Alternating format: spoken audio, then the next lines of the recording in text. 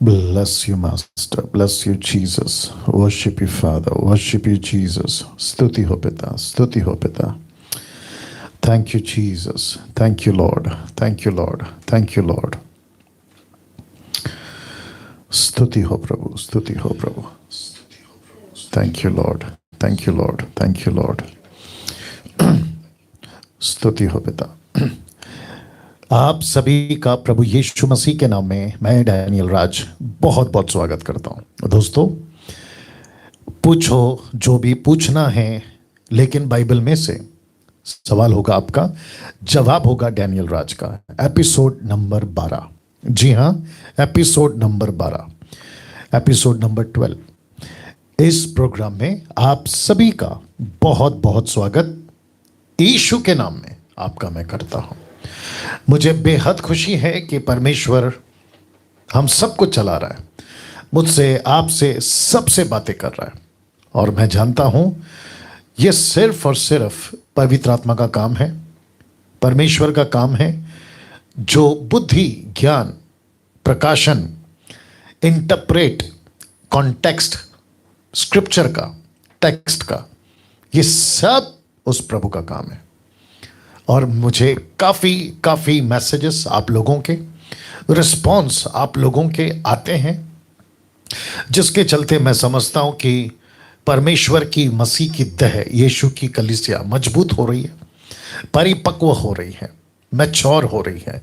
Milk drinking यानी कि दूध पीने वाले मसीह के बच्चे, मसीह की देह के बच्चे अब बड़े हो रहे हैं, होशियार हो रहे हैं, और ये देखकर मुझे बेहद खुशी है। आपको याद दे दूं कि अभी जो लाइव हो रहा है, ये सिर्फ और सिर्फ YouTube के जितने भी सब्सक्राइबर्स हैं, ये सिर्फ और सिर्फ आप लोगों के लिए हो रहा है। इसकी एडिट वीडियो, जो आज का प्रोग्राम होगा, क्वेश्चन आंसर जो आप लोग करेंगे, क्वेश्चन करेंगे, उसका जवाब दिया जाएगा। इसकी एडिट वीडियो एडिट होकर आप लोगों को एक एक प्रश्न का उत्तर के साथ अलग से अपलोड होगी, जो आप लोग जानते हैं। फेसबुक वाले जितने भी दर्शक हैं, मसीह मंथन या फिर साथ ही साथ मेरी मिनिस्ट्री GMT, और साथ ही साथ जितने फेसबुक पे मुझे फॉलो करते हैं, आप लोग जो सुनते हैं, वो सभी शिफ्ट हो गए होंगे यूट्यूब पर। ऐसी आप लोगों से मैं अपेक्षा करता हूँ, आशा रखता हूँ। मुझे बता दीजिए यूट्यूब पर अभी क्या है। ओके, तो आप लोग जुड़ते चले जाएं, क्योंकि 8 बज चुके हैं और आज का जो प्रोग्राम है वो भी स्टार्ट हो चुका है।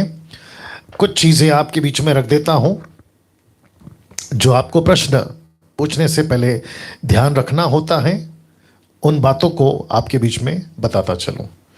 जी हाँ, thank you Lord, thank you Lord Jesus. Yeah.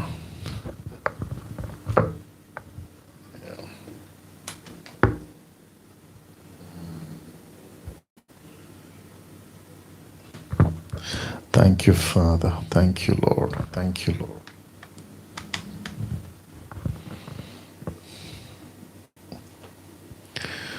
जी, इसको सेट कर देते हैं और आप लोग जल्दी जल्दी कनेक्ट हो जाएं। उसके बाद आपके बीच में जो बातें रखनी हैं, जो आप लोग प्रश्न पूछते हैं, वो ये हैं।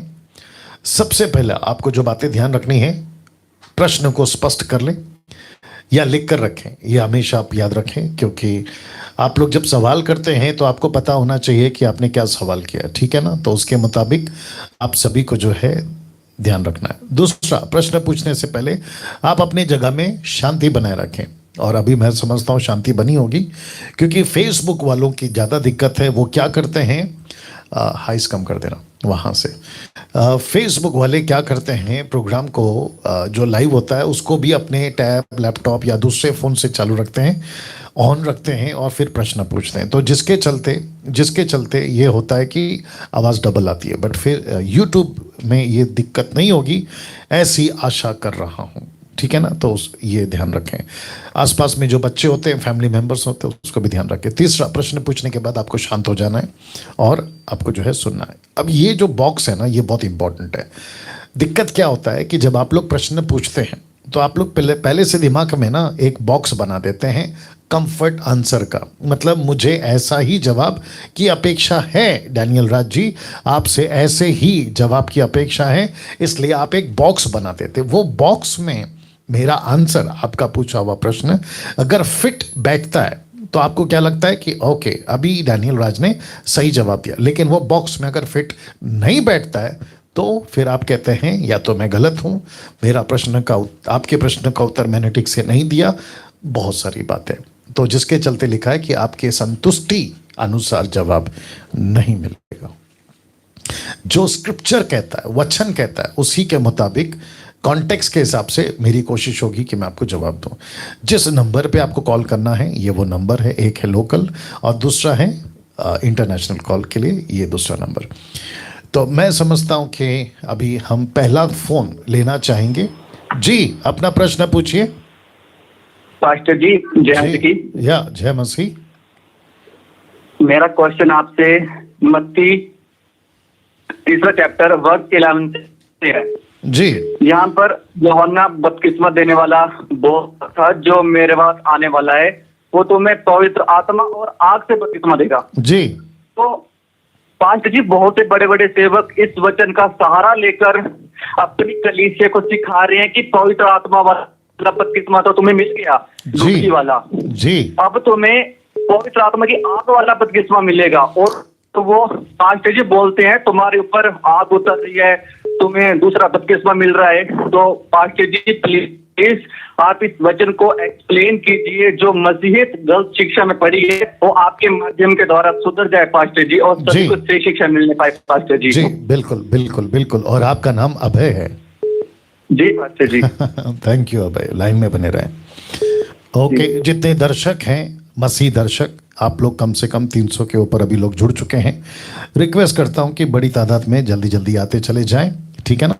ओके अभय का प्रश्न है मत्ती की किताब 3 अध्याय वचन 11 में जॉन द बैप्टिस्ट कहते हैं यीशु के बारे में, वो कहते हैं मैं तो पानी से तुम्हें मन फिराव का बपतिस्मा देता हूं, परंतु जो मेरे बाद आने वाला है वह मुझसे शक्तिशाली है, मैं उसकी जूती उठाने के योग्य नहीं, वह तुम्हें पवित्र आत्मा और आग से बपतिस्मा देगा। पहला कुरिन्थियों 10:1 भी निकालो, पहला कुरिन्थियों 10:1। जी तो जितने दर्शक अभी सुने हैं अभय का प्रश्न, उन्होंने कहा है ये जो वचन अभी मैंने पढ़ा है मत्ती 3:11 से आगे, वो कहते हैं कि जॉन द बैप्टिस्ट कहते हैं कि मैं तो पानी से बपतिस्मा दे रहा हूं, लेकिन जो मेरे बाद आएगा वो तुम्हें पवित्र आत्मा और आग से बपतिस्मा देगा। जी हाँ दोस्तों, अब प्रश्न ये उठता है जैसे अभय ने कहा कि बहुत सारे पास्टर सिखाते हैं कि देखो भैया आपका जो है पवित्र आत्मा से तो बपतिस्मा हो गया, लेकिन अभी आग का आना बाकी है। हम सभी जानते हैं कि एक वचन उठाकर, किसी भी एक वचन को उठाकर डॉक्ट्रिन सिद्धांत नहीं बनती है, नहीं बनती है, नहीं बनती है। ये हम सभी को समझना बहुत जरूरी है कि किसी एक स्क्रिप्चर पे सिद्धांत नहीं बनाया जा सकता। कम से कम जैसे बाइबल कहती है ना 2 या 3 गवाह, मैं रिपीट करता हूं 2 या 3 गवाह। इब्रानी किताब उसका 10वां अध्याय वचन 27, 28, 29 कहते हैं कि जब तक 2 और 3 गवाह बात सिद्ध नहीं होती, वैसे ही किसी भी डॉक्ट्रिन को बनाने के लिए, और वो भी पवित्र आत्मा से संबंधित डॉक्ट्रिन, जिसको कहते हैं बहुत जरूरी है, पवित्र आत्मा के बारे में आपका अध्ययन होना बहुत जरूरी है। अगर उसको लेकर आप कोई डॉक्ट्रिन बना देते हो और उसको लेकर कलीसिया को सिखाते हो तो फिर बहुत मुश्किल हो जाएगा। तो दरअसल इन सब के पीछे, जॉन द बैप्टिस्ट के पीछे दरअसल बात क्या है? एक ऐसा शब्द है जिसको कहते हैं बैप्टिज्म, जिसको वहां से हट जाओ या इधर किधर आ जाओ, देखो क्या होता है क्योंकि हमिंग आ रहा है। एक ऐसा शब्द है जिसको कहते हैं बैप्टिज्म, बपतिस्मा। तो मैं समझता हूं कि जब से जॉन द बैप्टिस्ट, हाँ देखो फर्क पड़ा ना, जब से जॉन द बैप्टिस्ट या मैं यहां पे स्ट्रगल कर रहा हूं जी, तो जब से जॉन द बैप्टिस्ट आया बैप्टिस्म का कॉन्सेप्ट लेकर, क्योंकि पूरे यहूदियों को पता चल गया था कि बपतिस्मा बपतिस्मा बपतिस्मा, पानी का बपतिस्मा, मन फिराव का बपतिस्मा, यीशु का बपतिस्मा, फिर चेलों ने दिया बपतिस्मा, ऐसा बहुत कुछ जो है हम सुनते हैं। और ये रिपोर्ट पहुंची आपके पौलुस के पास में। तो जब पौलुस के पास में रिपोर्ट पहुंची, वहां से हट जाओ, कुछ और करो आप, या एक सेकंड दीजिए। 2-3 दिन से साउंड को लेकर काफ़ी दिक्कत हो रही है, बट मैनेज कर रहे हैं हम। या thank you Lord, thank you Jesus. या ओके, सो पौलुस के पास जब ये कॉन्सेप्ट पहुंचा बैप्टिज्म का, क्योंकि वो तो मूसा की जो खतना है उसको जानता था, व्यवस्था को जानता था, तो मैंने 1 कुरिन्थियों 10 का 1 इसलिए निकाला, मैं आपको कॉन्सेप्ट समझा देता हूँ। लिखा है, हे भाइयों, मैं नहीं चाहता कि तुम इस बात से अनजान रहो कि हमारे सब बाप दादे बादल के नीचे और सबके सब समंदर के बीच से पार हो गए, और सबने बादल में और समंदर में मूसा का बपतिस्मा लिया। मेरा प्रश्न है, बादल का बपतिस्मा, समंदर का बपतिस्मा, अब है, आप लाइन में हैं? जी पास्टर जी। Good good good.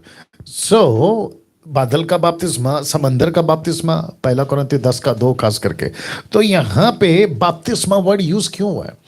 तो जब हम एक बाइबल की भाषा होती है, लैंग्वेज जिसको कहते हैं ना, तो जब हम बाइबल पढ़ते हैं ना, तो हमें कुछ चीज़ें दिखती है। जब परमेश्वर काम करता है तो आग आती है, हवा चलती है ना, परमेश्वर नबियों के द्वारा बातें करता है, ऐसे कुछ चीज़ें हैं ना, जैसे 3 का आंकड़ा, 7 का आंकड़ा, 12 का आंकड़ा, 9 का आंकड़ा, 30 का आंकड़ा, 40 का आंकड़ा, ये कुछ साथ साथ चलती हैं। तो बैप्टिज्म का मतलब ये नहीं होता है हर चीज़ को आप बैप्टिज्म को पॉजिटिव वे पे ले सकते। जैसे मैं आपको बताता हूं, अभी लिखा है कि बादल में और समंदर में मूसा का बपतिस्मा लिया, तो इजरायलियों की बात हो रहा है, कॉन्टेक्स्ट में इजरायली लोग हैं। तो बादल के नीचे से वो जाते थे तो हो गया बादल का बपतिस्मा, लाल समंदर में से बाहर निकल के आए तो हो गया समंदर का बपतिस्मा। तो मेरा प्रश्न ये है कि फिरौन की सेना भी तो समंदर में थी, तो क्या उनका भी बपतिस्मा है? ये प्रश्न उठता है। तो ये एक, जिसको कहते हैं ना, एक कहावत है, एक सेइंग है, एक कहने के मुताबिक वो कहता है कि बपतिस्मा। अब ये नकारात्मक भी हो सकता है, सकारात्मक, नेगेटिव, पॉजिटिव। तो जब जॉन ने कहा, जॉन द बैप्टिस्ट ने कहा कि मैं तो पानी से दे रहा हूं, लेकिन जो मेरे बाद आएगा, फिर वो पहला क्या कहता है? शक्तिशाली है। फिर क्या कहता है? जूती नहीं उठा सकता, इतना महान है वो, तुमको पानी से, माफ करे, पवित्र आत्मा से बपतिस्मा देगा और आग से बपतिस्मा देगा। चलो एक काम करते हैं अभय, अगर आप सुन रहे हैं और जितने दर्शक 500 के ऊपर, आपको भी बताता चलूं कि सोचते हैं, ले लेते हैं, जैसे आजकल सिखा रहे वैसा ले लेते हैं। आग का बपतिस्मा का जिक्र अगर है तो फिर प्रश्न उठता है कि चेलों ने पेंतिकोस के दिन को छोड़ बाकी कहीं पे भी आग को नीचे उतारा या ये प्रश्न उठता है। चेलों को छोड़िए, यीशु ने कहीं पे भी पेंतिकोस के दिन छोड़कर, मतलब प्रेरितों का दूसरा अध्याय छोड़कर, कहीं पे भी आग उतारा? या पौलुस ने किसी पे हाथ रखा, क्या उनके ऊपर आग आया? छोड़ो आग, लिटरली आग, जो नेचुरल आग होता है ना, फायर, उसको भी छोड़िए। क्या कहीं पे भी पतरस के मुंह से, पौलुस के मुंह से, फिलिप के मुंह से, स्टीफन के मुंह से, या फिर उसके पहले उसके बाद के जितने भी चेले, किसी ने भी कहा लेट द फायर कम, अग्नि आ, अग्नि आ? जैसे आजकल बहुत सारे पेंटिकॉस्टल कैरिस्मेटिक में अग्नि भेज, अग्नि भेज, अग्नि अग्नि अग्नि अग्नि, आग आग आग आग, फायर फायर फायर, ऐसा बहुत सारा गीत बनता है और गीत गाते हैं, और गाते वक्त में खूब तालियां बजती हैं, ढोल बजते हैं, बॉडी शेकिंग होती है, नीचे गिरते हैं, उठा पटक होता है, पास्टर भी नीचे गिर जाता है, बहुत कुछ चलता है। तो क्या ऐसा कुछ जीसस ने, पीटर ने, फिलिप ने कहीं कुछ किया है? स्क्रिप्चर में कहीं पे भी आता है? नहीं आता। तो अब है, आपने बिल्कुल ठीक कहा, बात करिए। तो पंजाब के अंदर या फिर बाकी और भी कई जगहों पे ये एक्टिविटीज चलती है, तो ये टोटल गलत है। तो जिस आग की बात जॉन द बैप्टिस्ट ने की, क्योंकि आग सिर्फ एक ही जगह पे पता चलती है, और वो कौन सी आग है? नरक की। और फिर बाइबल क्या कहती है कि यीशु को दिया हक, यीशु को दिया है अधिकार, किसको आग में डाले, मतलब किसको नरक में डाले। और यीशु ने तो बहुत बार बोला है, मैं चाहूं तो तुमको नरक में डाल सकता हूं, मैं चाहूं तो तुमको बचा सकता हूं। यीशु ही है ना वो अधिकार। तो आग का बपतिस्मा मतलब नरक का आग का बपतिस्मा, पवित्र आत्मा का आग नहीं। या अभय, जी, या okay, thank you so much pastor जी। या God bless you Abhay, God last bless. Question pastor जी, लास्ट क्वेश्चन पास्टर जी। जी जी, बोलिए बोलिए बोलिए। पास्टर जी, क्या एक स्त्री जीन्स पहन सकती है पास्टर जी? बिल्कुल पहन सकती है, कोई दिक्कत नहीं है। जी, हाँ, मैं आपको बताता हूँ क्यों, ठीक है, लाइन पे बने रहे। अभय का दूसरा प्रश्न है, क्या एक महिला, स्त्री, लड़की जीन्स पहन सकती है? जी हाँ, पहन सकती है। मैं आपको बताता हूँ क्यों। देखिए, माफ करें, मत्ती की किताब उसका 28 का 18 निकालना, मत्ती 28 का 18। मैं आपको कॉन्सेप्ट समझा देता हूँ।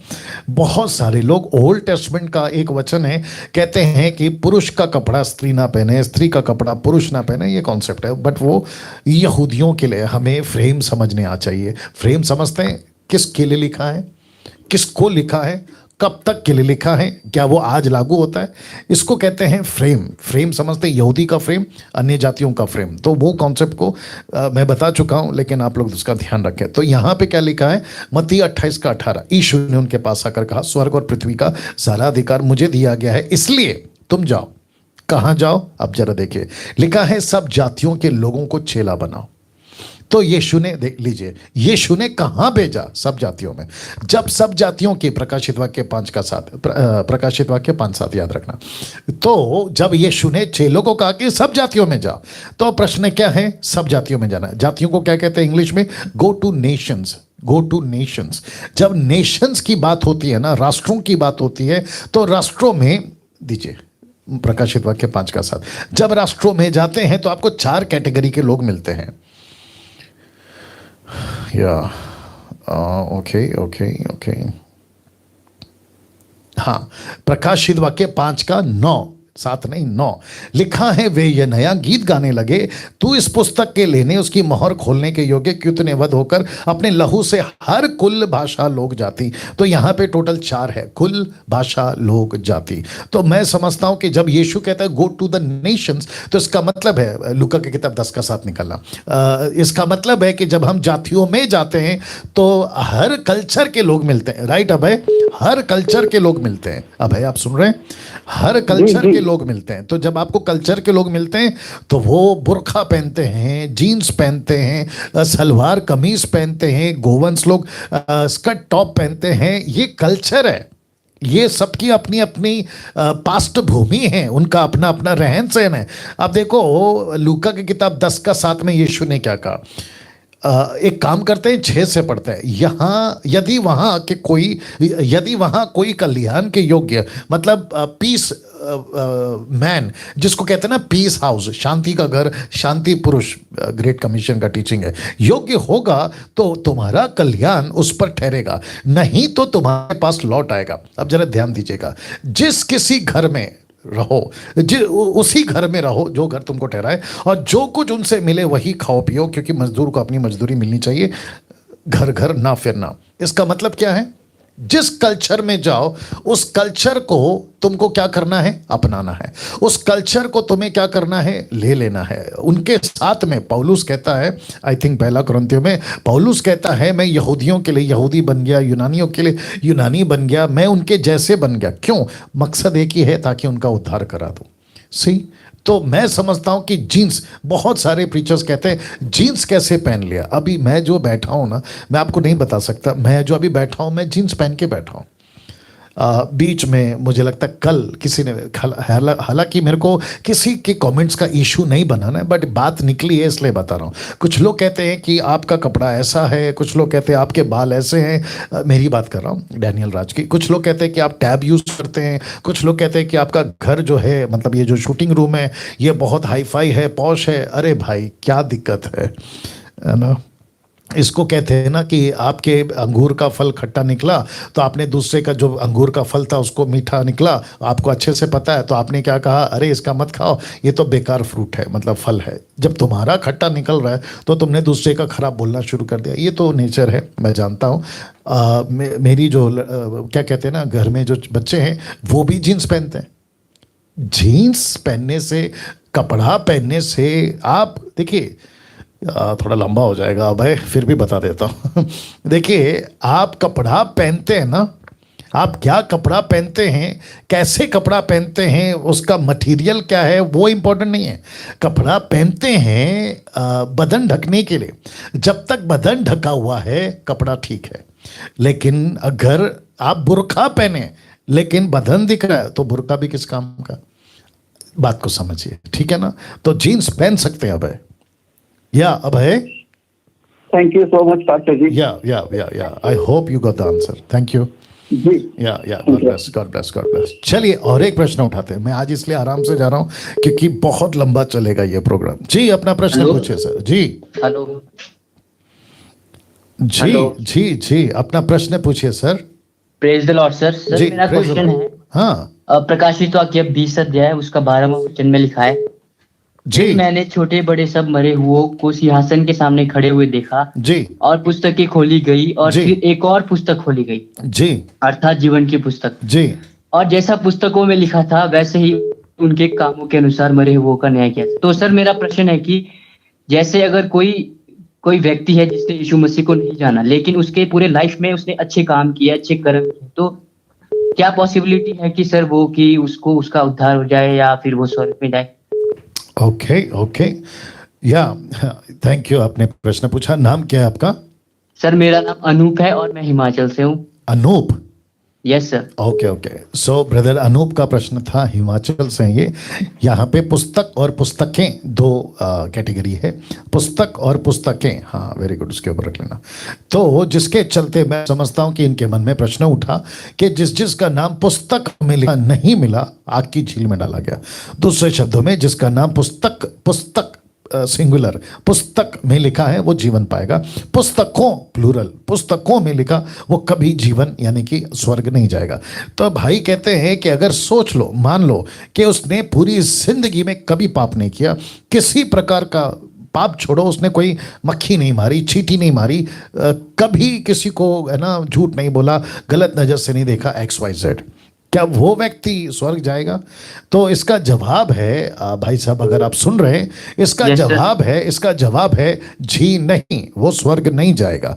वो इसलिए नहीं जाएगा, ध्यान से सुनिएगा, और जितने दर्शक हैं आई थिंक 800-700 जो भी है, 850 प्लस अभी हो गए हैं, और मैं रिक्वेस्ट करता हूं कि जितने YouTube पे हैं प्लीज जुड़ते चले जाएं और दूसरों को भी इनवाइट करने के लिए कुछ करें, कॉल करें कि प्रोग्राम स्टार्ट हो गया है।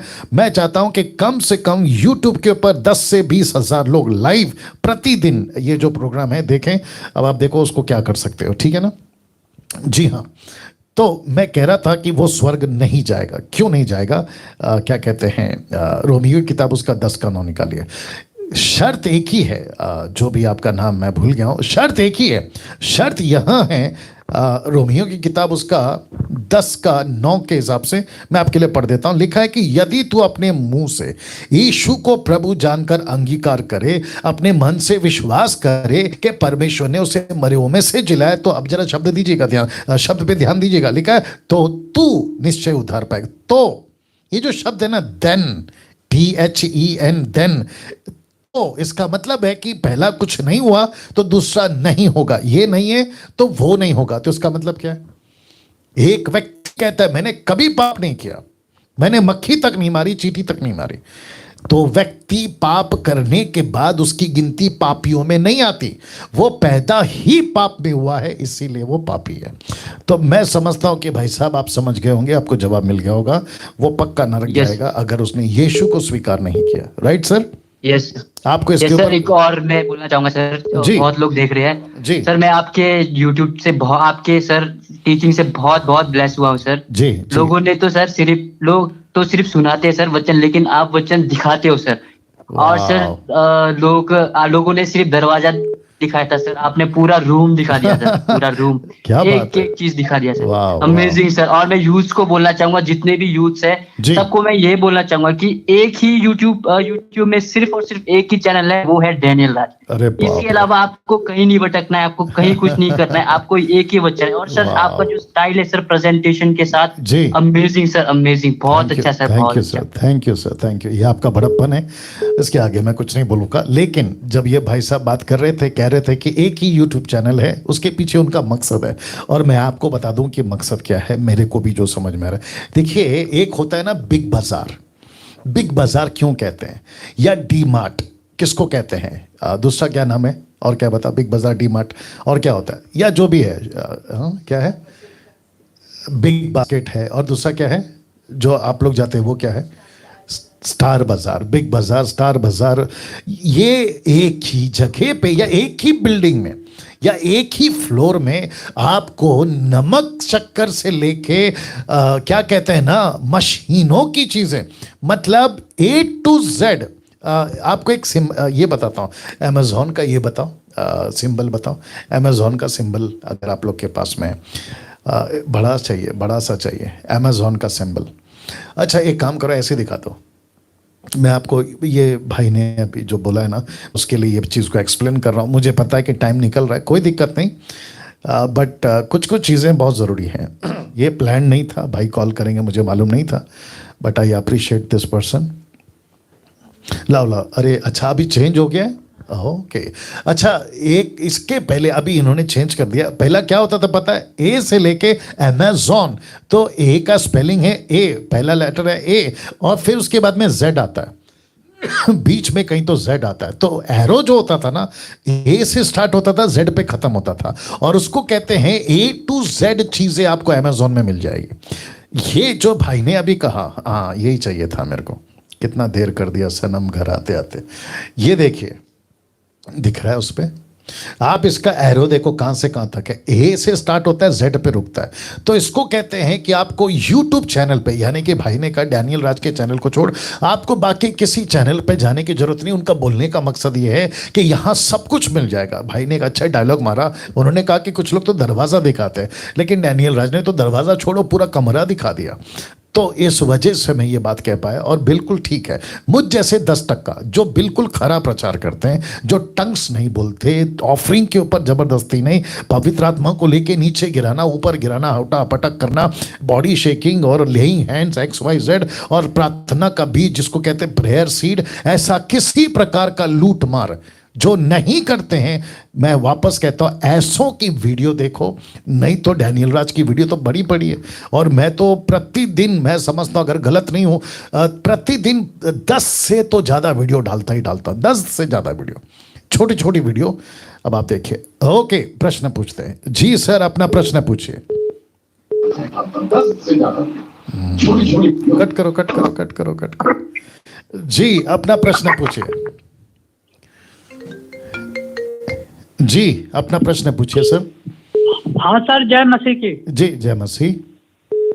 सर मेरा एक प्रश्न है जी, कि जैसे माना प्रभु को, यीशु मसीह को जो विश्वासी हैं जी, वो शादी कर रहे हैं जी, दूसरे जगह वो विश्वासी नहीं है, जी। तो क्या कि कुछ प्रथा होती है वहाँ पर कि शादी जो कराते हैं तो कुछ अपना देवी देवता को क्या जो है मंत्र वंत्र पढ़ते हैं, जी। तो सर उसमें शादी कैसे होना चाहिए, यही समझ में नहीं आता। ओके, आपका प्रश्न जहां तक मैं समझ पा रहा हूं कि आप विश्वासी की शादी है, राइट?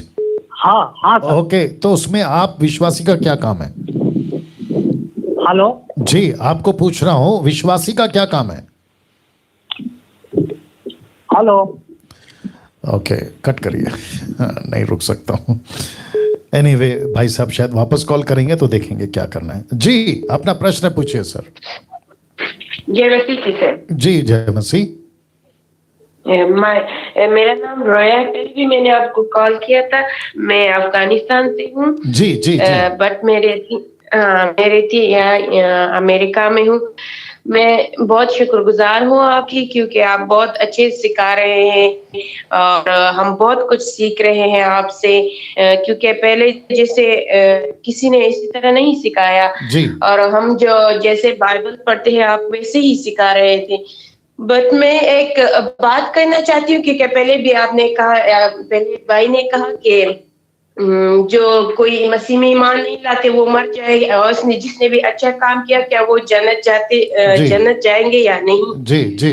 और आपने कहा कि नहीं, क्योंकि सब गुनाह में पैदा हुए और जब मर जाते तो जहन्नम जाते। यही सवाल सारे मुस्लिम लोग कहते हैं कि जब आप लोग कहते हैं कि मसीह हमारे गुनाहों के लिए सलीब पे चढ़ा हुआ है और वो उसने हमारे गुनाह अपने कंधों पे लिया है, जी बट कोई इसके जवाब नहीं दे सकते क्योंकि सब इसमें अटक जाते हैं और फेल हो जाते हैं, क्योंकि ये मसीह जो है वो हमारे इस गुनाह के लिए नहीं मरा जो हम रोज जो कोई झूठ बोलता है या वगैरह वगैरह, वो उसी गुनाह के लिए मरा है जो आदम ने किया, क्योंकि आदम पहले खुदा के साथ गुनाह जो उसने नहीं किया, पहले खुदा के साथ डायरेक्ट राब्ता था उसकी, डायरेक्ट बात करता था। जब उसने गुनाह किया तो वो राब्ता खत्म हुआ क्योंकि दरमियान में गुनाह आया और हमारी बात खुदा से डायरेक्ट नहीं हुई।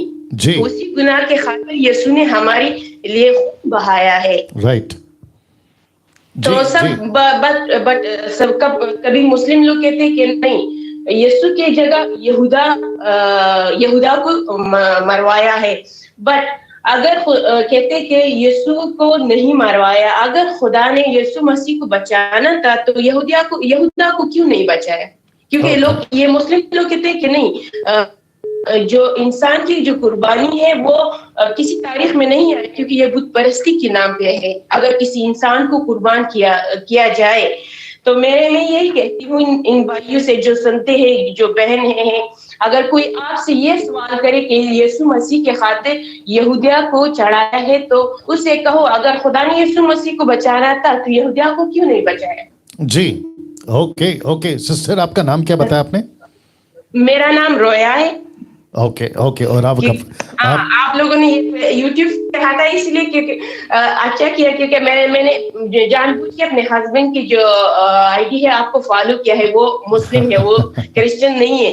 तो आप लोगों ने YouTube पे डाला है तो मैंने कहा चलो अभी कॉल कर लेती हूँ ये बात बताने के लिए। सब लोगों के लिए सवाल जवाब देने के लिए एक पॉइंट है, क्योंकि ये ज्यादा मुस्लिम यही सवाल हमसे करते हैं कि क्यों यीशु मसीह को हमारे गुनाहों के लिए मरा नहीं, वो हमारे झूठ जो बोलते हैं या कोई और बात इसके लिए नहीं मरा, उसी गुनाह के लिए जो आदम ने किया वो राब्ता खत्म हुआ हमारे खुदा के साथ, उस राब्ते को वापस मिलाने के लिए, हमें देने के लिए यीशु मसीह ने खून बहाया है। राइट सिस्टर, मैं जवाब दे रहा हूँ, थैंक यू। और आप लाइन पे बने रहिए, जी। ये जो बहन है ये अफगानिस्तान से हैं और मुझे खुशी है कि काफ़ी लोग अलग अलग देश से, विदेशों से कॉल कर रहे हैं।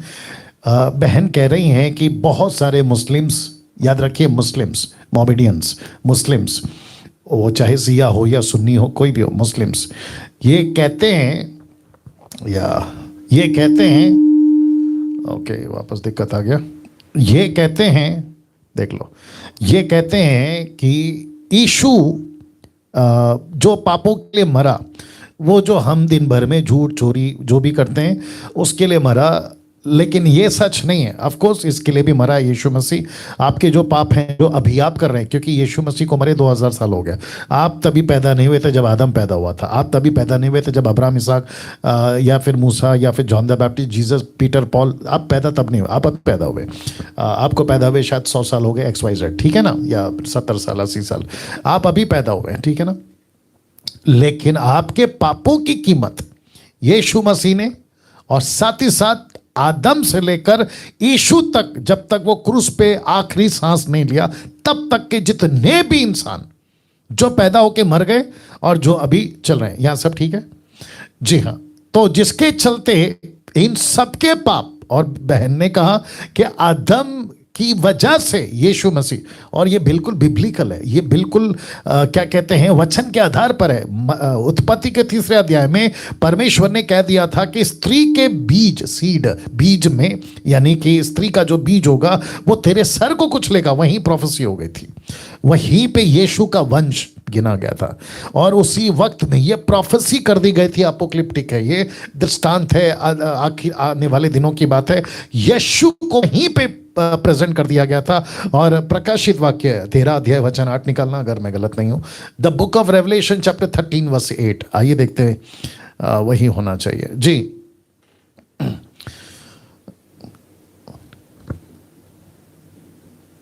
हाँ यही है। प्रकाशित वाक्य 13:8 सिस्टर आप सुन रही होंगी।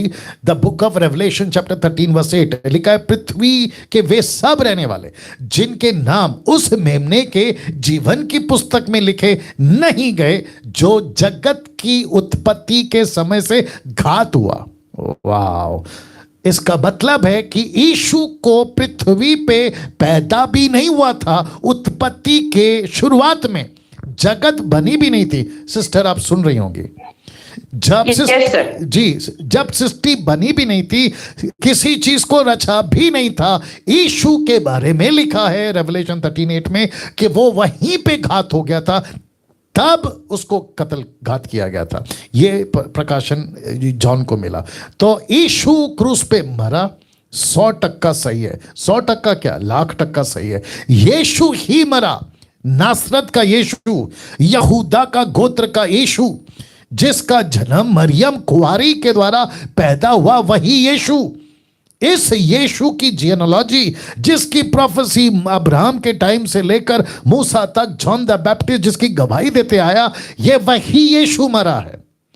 तो किसी प्रकार का कोई व्यक्ति, वो चाहे किसी भी धर्म का, मैं बहुत बार बोलता हूं, वो किसी भी युग का, कहीं का भी अगर कहता है कि यीशु कैसे मर सकता है, अगर खुदा का बेटा है, खुदा का बेटा कैसे मर सकता है, तो खुदा ने ही तय किया था कि वो क्रूस पे मरे।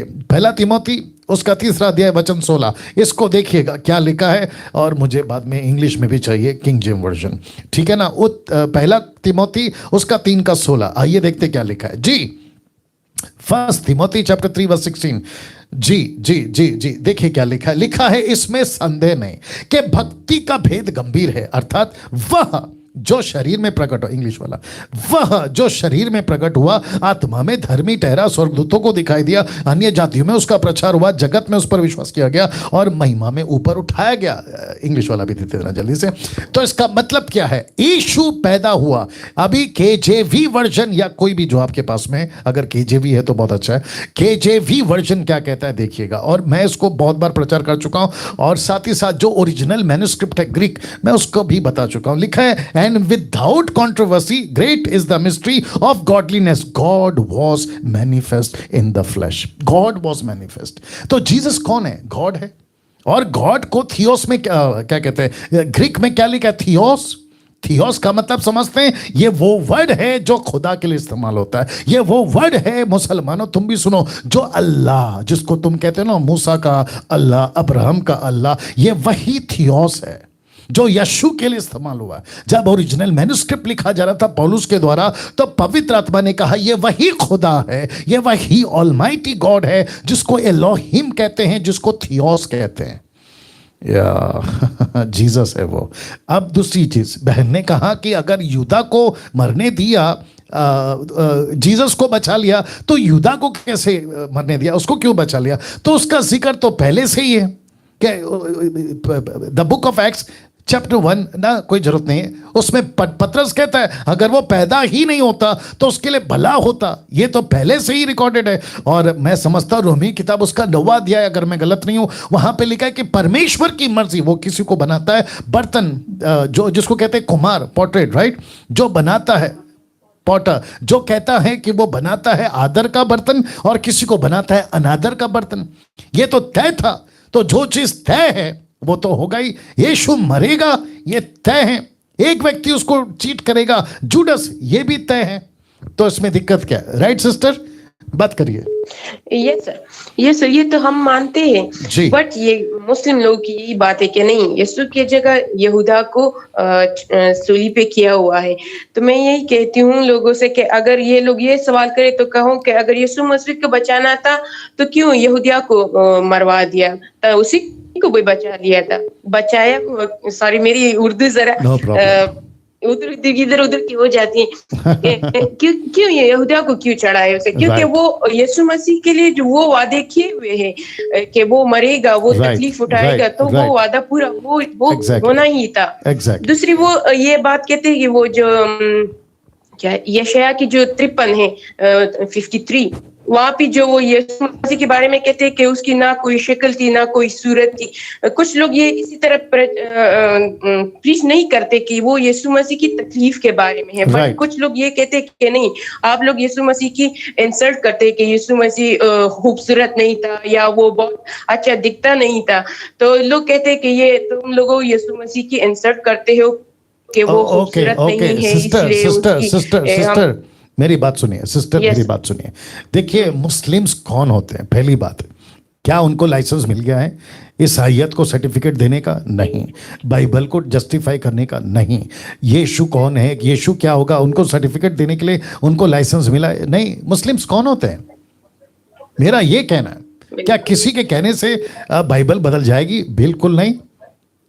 देखिए मेरी भाषा में, मैं मुंबई का हूं, मेरी भाषा में कह देता हूं, किसी की औकात नहीं है यीशु को सर्टिफिकेट देने की, किसी की औकात नहीं है। इस पृथ्वी के ऊपर कोई माइकेलाल बाइबल को, यीशु को या यीशु की छवि को खराब करे या उल्टा सीधा बोले, किसी की औकात नहीं है। जी सिस्टर, जी सिस्टर। Yes sir. या so Yes, this is yes. Fact. चलिए, God thank you bless. Sir. या you are most welcome, God bless. अच्छा हुआ आपसे बात करने के लिए, थैंक यू सो मच। जी जी जी God bless, God bless, God Bye. Bless. या एक मिनट रुक जाना। देखिए वापस कहता हूं, कोई भी ऐरा गहरा कहीं का भी कोई भी उठकर अगर कोई बात को कहता है, वो कोई भी हो, मैं वापस कहता हूं, मेरे जबान पे बहुत लोगों का नाम है जो बाकी लोगों की बात कर रहा हूं, अपार्ट फ्रॉम क्राइस्ट फॉलोवर्स, मैं उनकी बात कर रहा हूं, ठीक है ना? यहां पे है जबान पे नाम, मैं देखता हूं उनकी वीडियो, कभी कहते हैं इनकी बाइबल में ऐसा है, कोई कहता है इनकी बाइबल में वैसा है, कोई कहता है इनका यहोवा ऐसा है, कोई कहता है इनका यीशु ऐसा है। यार तुम्हारे कहने से नहीं बदलेगा चीज। आज सोमवार है तो ये सोमवार ही रहेगा, आप ये रात है तो ये रात ही रहेगा, ये डैनियल राज है तो ये डैनियल राज ही रहेगा, आपके बोलने से कुछ नहीं होगा। तो फिर वापस यही कहूंगा जो मैं बाकी लोगों के लिए कहता हूं, हाथी चले बाजार, कुत्ते भौंके हजार। जी अपना प्रश्न पूछिए, जी अपना प्रश्न पूछिए। जी हेलो, हेलो या हेलो। जी सुन रहा हूं। सर मैं आसाम से राकेश बोल रहा हूँ। बोलिए सर। सर मेरा प्रश्न ये है कि जी। सभी लोग बोलते हैं कि हम लोग आदम की संतान है, तो आपका जब नूह था तो नूह के समय में प्रभु ने पूरा जलमग्न करके पूरा पृथ्वी को नष्ट कर दिया। जी। उसके बाद में नूह के परिवार से हम लोग मतलब होते हैं जनरेशन। जी तो ये समझ सभी बोलते हैं कि आदम की संतान, तो हम लोग को तो आदम की जनरेशन से है, किंतु संतान तो हम लोग के नूह से होते हैं ना सर। ओके, तो नूह किसकी संतान है? ये आदम की। तो क्या दिक्कत है सर? नहीं, हम लोग उसकी पीढ़ी है, किंतु संतान तो नूह की कहलाएंगे ना सर। मैं वही पूछ रहा हूँ सर, कैसे कहलाएंगे? नूह किसका संतान है? आदम का। हाँ सर। हाँ, अगर नूह आदम से निकला है और उसके 3 बच्चे नूह से निकले हैं, बच्चे के बच्चे के बच्चे के बच्चे के बच्चे के बच्चे, ऐसे करते करते आपके और मेरे पास पहुंचे। अगर हम लाइन से पीछे जाएंगे तो हम किसके बच्चे निकलेंगे? आदम के। हाँ सर, ये नहीं। हाँ सर। आप एक मेरी बात सुन लीजिए, मेरी बात सुन लीजिए। आप एक पेड़ लगाते हो, ठीक है, बहुत सारी डालियां हैं, 10 12 15 50 डालियां हैं, आप कहीं से भी उस पेड़ का फल तोड़िए, किसी भी डाली से, तो पब्लिक क्या कहेगी? ये 1 नंबर डाली का पेड़ फल है या पेड़ का फल है? क्या कहेगी? पेड़ का फल है सर। तो फिर पेड़ कौन है? आदम। Yes sir. आप और हम क्या है? उसके फल। Yes sir. तो सही है सर। Thank you sir. आपका ये चैनल देख के बहुत दिल में खुशी हो रही है सर। Thank you. बहुत दिन से ट्राई कर रहा हूँ मैं समाज से हूँ सर। अरे वाह वाह, बहुत अच्छा। 3 महीना हुआ, 32वां हुआ सर। अरे कॉन्ग्रेचुलेशंस और बहुत बहुत स्वागत है मसीह परिवार में।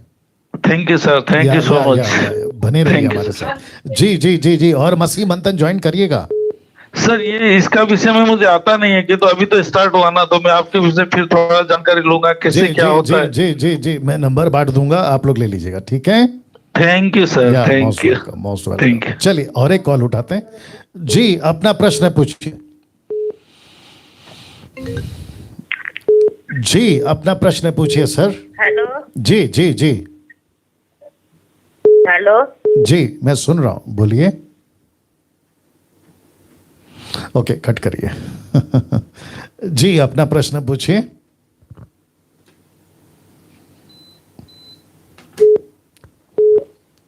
जी अपना प्रश्न पूछिए। जैसे कि जय मसीह। फासी मेरा सवाल है, मतलब कि इफिसियाँ 4 अध्याय में जब हम 11-12 वचन पढ़ते हैं। सर वापस बोलिए और आराम से बोलिए। जब आप लोग आयत बोलते हैं हाँ ना, जी। आराम से बोलना है। क्या बोला आपने? इफिसियाँ 4 क्या 4 अध्याय 11-12 वचन जो है, जो 5 प्रकार की सेवकाई है। अच्छा अच्छा, इफिसियो। हाँ जी, इफिसियों। जी तो अफिसिया नहीं तो होता ना बस- सर, वो हाँ इफिसियो जी। होता है। इफिसियो बोलिए। हाँ इफिसियो जी, इफिसियो, अफिसिया नहीं, इफिसियो। हाँ जी। जी तो जी फासी, हाँ जी।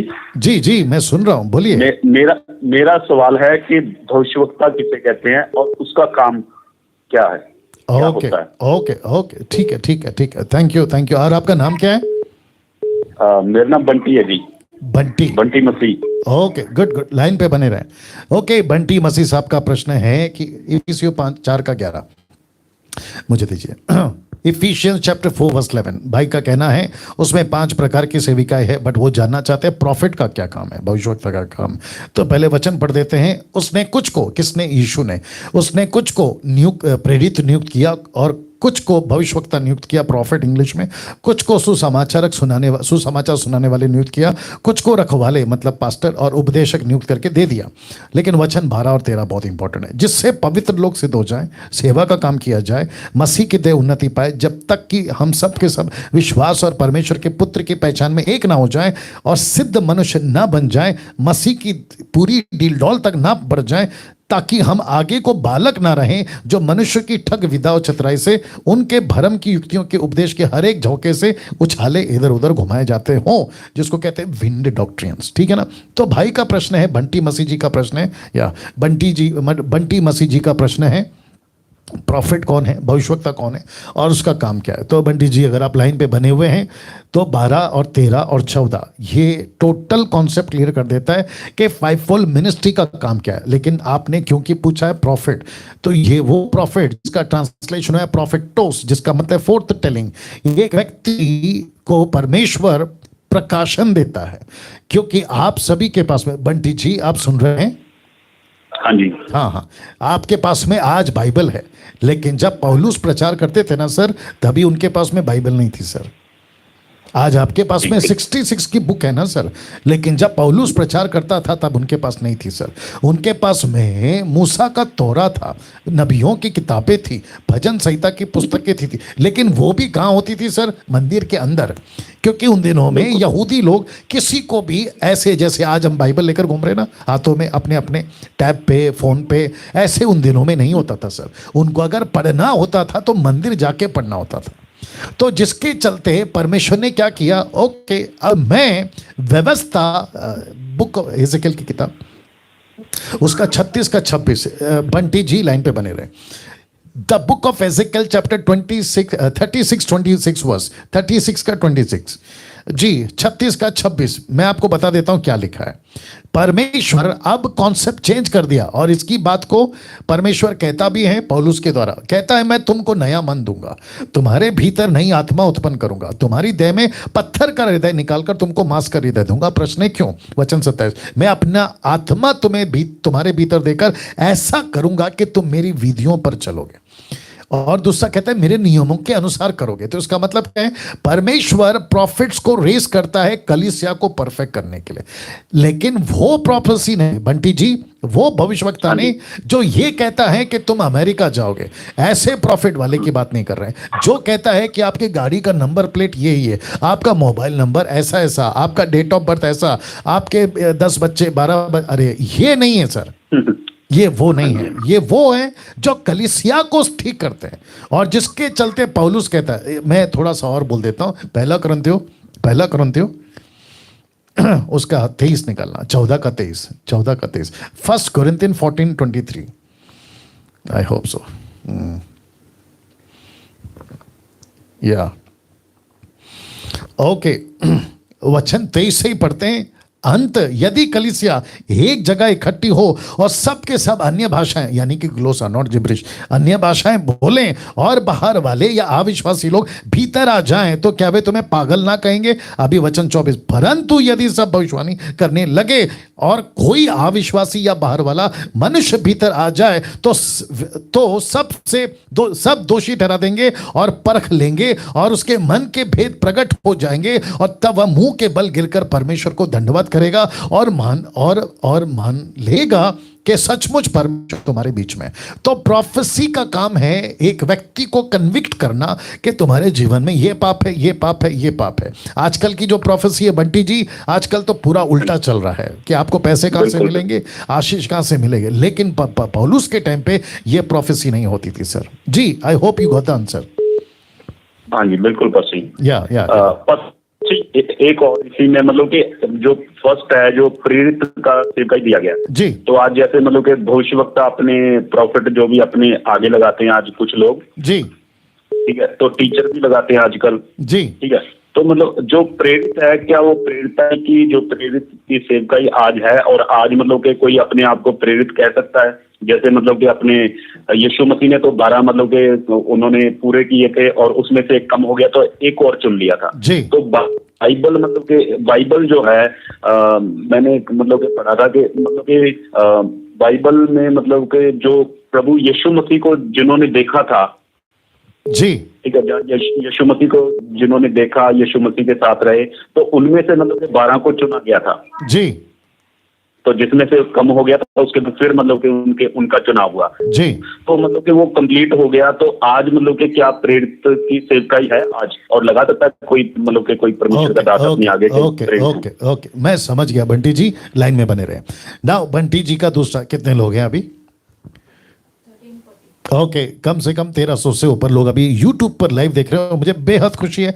मैं जितने भी YouTube के लोग हैं मैं आप सभी को कहना चाहता हूं इसको खूब फैलाइए। ये प्रतिदिन चलेगा, इवन संडे को भी हिंदी ऑनलाइन चर्च भी यहीं चलेगा, फेसबुक पे भी चलेगा, लेकिन आपके लिए लगातार 6 दिन आता रहूंगा। तो उसको खूब फैलाइए, लोगों को इन्वाइट करिए। मैं चाहता हूं कि 10 से 20 हज़ार लोग, कम से कम 1 लाख, अगर मैं गलत नहीं हूं 80 हज़ार के आसपास अभी हो जाएंगे। आप लोग बड़ी तादाद में आए, सीखें और प्रभु के राज्य में एजुकेट हो। तो बंटी जी के पास वापस आऊंगा। ये मुझे एक लाइन इनका प्रश्न वाला अच्छा लगा, क्या कोई भी प्रेरित, इसको इंग्लिश में कहते हैं अपोस्तल, क्या लगा सकता है? मेरा सीधा जवाब है नहीं लगा सकता। बंटी जी नहीं लगा सकता, नहीं लगा सकता। आप प्रश्न उठता है क्यों बंटी जी, क्यों? राइट, क्यों? हाँ, ये इंपॉर्टेंट है। देखिए, प्रेरित का पद, प्रेरिताई की पद, अपोस्तल का पद वापस निकालो। मैं आपको क्या कहते हैं ना, बाइबल से ही बात करना बेटर है। कुछ लोगों को नहीं समझ आता। इफिसियों 4:11, इफिशियन 4:11 जी, इसको सुन लीजिएगा। बंटी जी आप भी सुनिएगा और जितने दर्शक देख रहे हैं 1300 के ऊपर, आप भी देख लीजिएगा। देखिए, सबसे पहली लाइन बहुत इंपॉर्टेंट होती है। लिखा है उसने कुछ को, इंग्लिश में लिखा सम, SOME, सम। लिखा है उसने कुछ को प्रेरित किया, ऐसा नहीं लिखा है ना सबको प्रेरित किया। राइट बंटी जी, आपने कभी ध्यान दिया था इसके ऊपर? ऐसा लिखा है कुछ को, सबको नहीं है ना सर। तो जो आजकल सो कॉल्ड अपोस्तल मैं देखता हूं फेसबुक पे, यूट्यूब पे बहुत सारे लोग लगा के घूम रहे हैं, मुझे लगता है कि इनको बहुत बड़ा न्याय देना पड़ेगा। तो जिस किसी ने भी अपोस्तल लगा लिया अपने नाम के पहले, apostle so and so from Punjab, apostle so and so from Bangalore, apostle so and so Africa, America, अरे बाप रे, ये मजाक नहीं है। अपने नाम के आगे अपोस्तल लगाना ये मजाक नहीं है। आपको सबसे पहले ये समझना होगा कि यीशु की देह में अपोस्तल का काम, प्रॉफिट का काम, एवेंजलिस्ट का काम, पास्टर का काम, टीचर का काम यीशु देगा, आप नहीं। बंटी जी आपने गौर किया? यीशु देगा, मनुष्य नहीं। और जब तक यीशु नहीं देता है आप कैसे लगा सकते हैं सर? बिल्कुल, ये चीज है। तो अपोस्तल हर कोई नहीं बन सकता सर। बिल्कुल बस या राइट सर। हमारे पंजाब में तो आजकल लगा के घूमते हैं, खुद ही लगा देते हैं टाइटल अपने आगे और लगा के घूमते हैं। मैं जानता हूं। क्या मैं एक और पूछ सकता हूँ? जी पूछिए। क्योंकि बहुत सारे मतलब कि आजकल में जो पास्टर हैं मतलब कि रॉन्ग टीचिंग है और सब कुछ मतलब कि उन चीजों को लेकर चल रहे हैं जी। तो मेरा सवाल ये है कि क्या एक पास्टर नर्क जा सकता है? बिल्कुल जा सकता है। बिल्कुल जा सकता है। पास्टर छोड़िए sir, apostle, profit, evangelist, pastor, teacher, bishop, reverend, अरे जो भी होगा ना, अगर उसका जीवन ठीक नहीं है, वो प्रभु के अनुसार नहीं चल रहा है। मत्ती 7:21 याद होगा सर आपको, बंटी जी, मत्ती 7:21। हाँ जी, हाँ जी जी, वहां पे तो लिखा है ना, तुमने मेरे नाम से, कहते हैं। जी जी जी, तुमने मेरे नाम से दुष्ट आत्मा निकाला, भविष्यवाणी करी और आश्चर्य कर्म करा, तो यीशु कहता है मैं तो तुमको पहचानता तक नहीं हूं। बिल्कुल बिल्कुल, ऐसा है सर, राइट सर? हाँ ठीक है, thank you pastor ji, God thank bless, you. God bless, God bless. Okay, तो मैं समझता हूं कि हाफ टाइम हो चुका है, तो हाफ टाइम का मतलब होता है अनाउंसमेंट। तो मसीह मंथन बैठक के साथ में आप लोग जुड़ें। मसीह मंथन एक ऐसा प्लेटफॉर्म है जहां पर बहुत सारे एक्टिविटीज हम करते हैं, लोगों को मौका देते हैं, और हमारा एक ही क्या कहते हैं ना, प्रोटोकॉल, या हमारा एक ही लक्ष्य है, और वहां है खरी शिक्षा, साउंड डॉक्ट्रिन। उसके द्वारा लोगों को एजुकेट करना, उनको तैयार करना, मसीह की दह के लिए उनको मजबूत करना। तो इससे जुड़ने के लिए आपको जो है ये नंबर दिए जाते हैं, सिस्टर नीति जी का ये नंबर है, इस पे कॉल कर सकते हैं जुड़ने के लिए। ब्रदर नरेंद्र राव जी का नंबर है, इनको कॉल कर सकते हैं जुड़ने के लिए। सिस्टर समीक्षा जी का नंबर है, ब्रदर शमी का नंबर है, उसके बाद में सिमरप्रीत का नंबर है, उसके बाद में जितेंद्र कुमार का नंबर है, ठीक है ना। तो ये टोटल 6 नंबर है। तो इसके लिए आप क्या कर सकते हैं, इनको कॉल करें और कहें कि व्हाट्सएप, टेलीग्राम ऐप अगर आपने डाउनलोड करके रखा होगा तो आप लोग जो हैं यहाँ पे हमसे जुड़ सकते हैं, और जिसके चलते मैं समझता हूँ कि बहुत सारे जो लोग जुड़ेंगे, हम उनको एजुकेट कर सकते हैं। अपकमिंग जो मीटिंग्स होती हैं, कैसे हम काम करते हैं, सभी तरीके से आपको जो है उसकी जानकारी मिलती रहेगी। और साथ ही साथ भारत में नहीं, पूरे विश्व की बात कर रहा हूं, किसी भी कंट्री से, किसी भी जगह से आप हमसे जुड़ सकते हैं। आपका बहुत बहुत स्वागत होगा। साथ ही साथ आपको बताता चलूं, MMB पेज है फेसबुक, जहां से मैं लाइव आता हूं संडे के दिन, और अभी आता रहूंगा आगे भी। मसीह मंथन का ऐप है, एंड्रॉयड है, एप्पल का भी है। वेबसाइट है हमारा www.masimantan.com, और मेरे चैनल को सब्सक्राइब कर लीजिएगा अगर आपने नहीं किया है। और साथ ही साथ हम एक काम कर रहे हैं इन दिनों में, और मैं अगर गलत नहीं हूं, कि कम से कम मुझे लगता है 200, 300, 400 के आसपास लोगों को अभी तक हम मदद कर चुके हैं। इस वचन के मुताबिक राशन का पैकेट पहुंचा चुके हैं, और कई लोग आगे आ चुके हैं पैसों की मदद के साथ में, कई लोग अभी भी दे रहे हैं। और मैं रिक्वेस्ट करता हूं कि इसको जारी रखिएगा, क्योंकि कॉल्स आने बंद नहीं हो रहे हैं, पास्टर जी ये प्रॉब्लम, वो प्रॉब्लम, ऐसा है वैसा है। और बीच में कुछ फेक कॉल्स भी आते हैं, फेक समझते हैं, जो झूठे हैं, मतलब उनका जेन्युइन नहीं है, और बस उनको ऐसी लूटमाट करना है, उनको भी हम परखते हैं, और ऐसे लोगों को जांच पड़ताल करके ही हम जो है उनकी मदद कर रहे हैं। तो बड़ा चैलेंज है।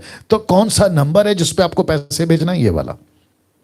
रिक्वेस्ट करता हूं, इस नंबर पे आपको प्रार्थना निवेदन नहीं देना है, क्वेश्चन नहीं पूछना है। ये नंबर पूछताछ का काउंटर नहीं है, जिसको देखते हैं ना पूछताछ काउंटर, ये वो नहीं है। इंक्वायरी काउंटर ये नहीं है, आपको सिर्फ पैसे भेजने के लिए नंबर है। और साथ ही साथ ये मेरा नंबर है, जिसके ऊपर आप लोग मैसेज, व्हाट्सएप कॉल करके, जो पास्टर्स हैं, सेवक हैं, आप लोग जो है मेरे पास में अपनी समस्या बता सकते हैं, ताकि जिसके चलते जो है हम आपको पैसे की मदद या राशन पैकेट जो हम देते हैं वो आपके लिए हम कर सकते हैं। तो वापस कॉल उठाते हैं और पूछते हैं। जी, अपना प्रश्न पूछिए।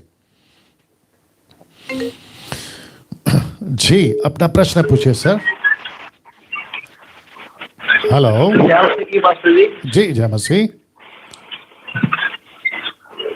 पास्टर जी, मेरा सवाल कि जैसे मेरी फैमिली से मैं सिर्फ एक आदमी मसीह में हूँ, तो जो हमारे बाप दादाओं के जो वो शराब होते हैं या कुछ बंधन होते हैं, तो वो टूट जाते हैं मसीह में आने के बाद। तो जो मेरे मसीह में आने के बाद जो मेरी फैमिली के बाप दादाओं के शराब है, या मेरे घर पे जो कोई भी शराब है या बंधन है, वो मेरे एक आदमी के आने से मसीह में उनके भी टूट जाएंगे, या सिर्फ मेरे ही टूटेंगे? ओके, तो आप मसीह बन गए हैं तो आपके टूटेंगे? सर मैं नहीं सर जी, मैं काफी 3 साल से मसीह में हूँ। मैंने पीछे भी आपको कॉल किया था तो मैं नशे में आ गया था, फिर मैंने अभी आपको कॉल किया तो उसके बाद मैंने फिर सिगरेट तंबाकू छोड़ दिया, यानी कि फिर मैं अभी पवित्रता में आ गया हूँ।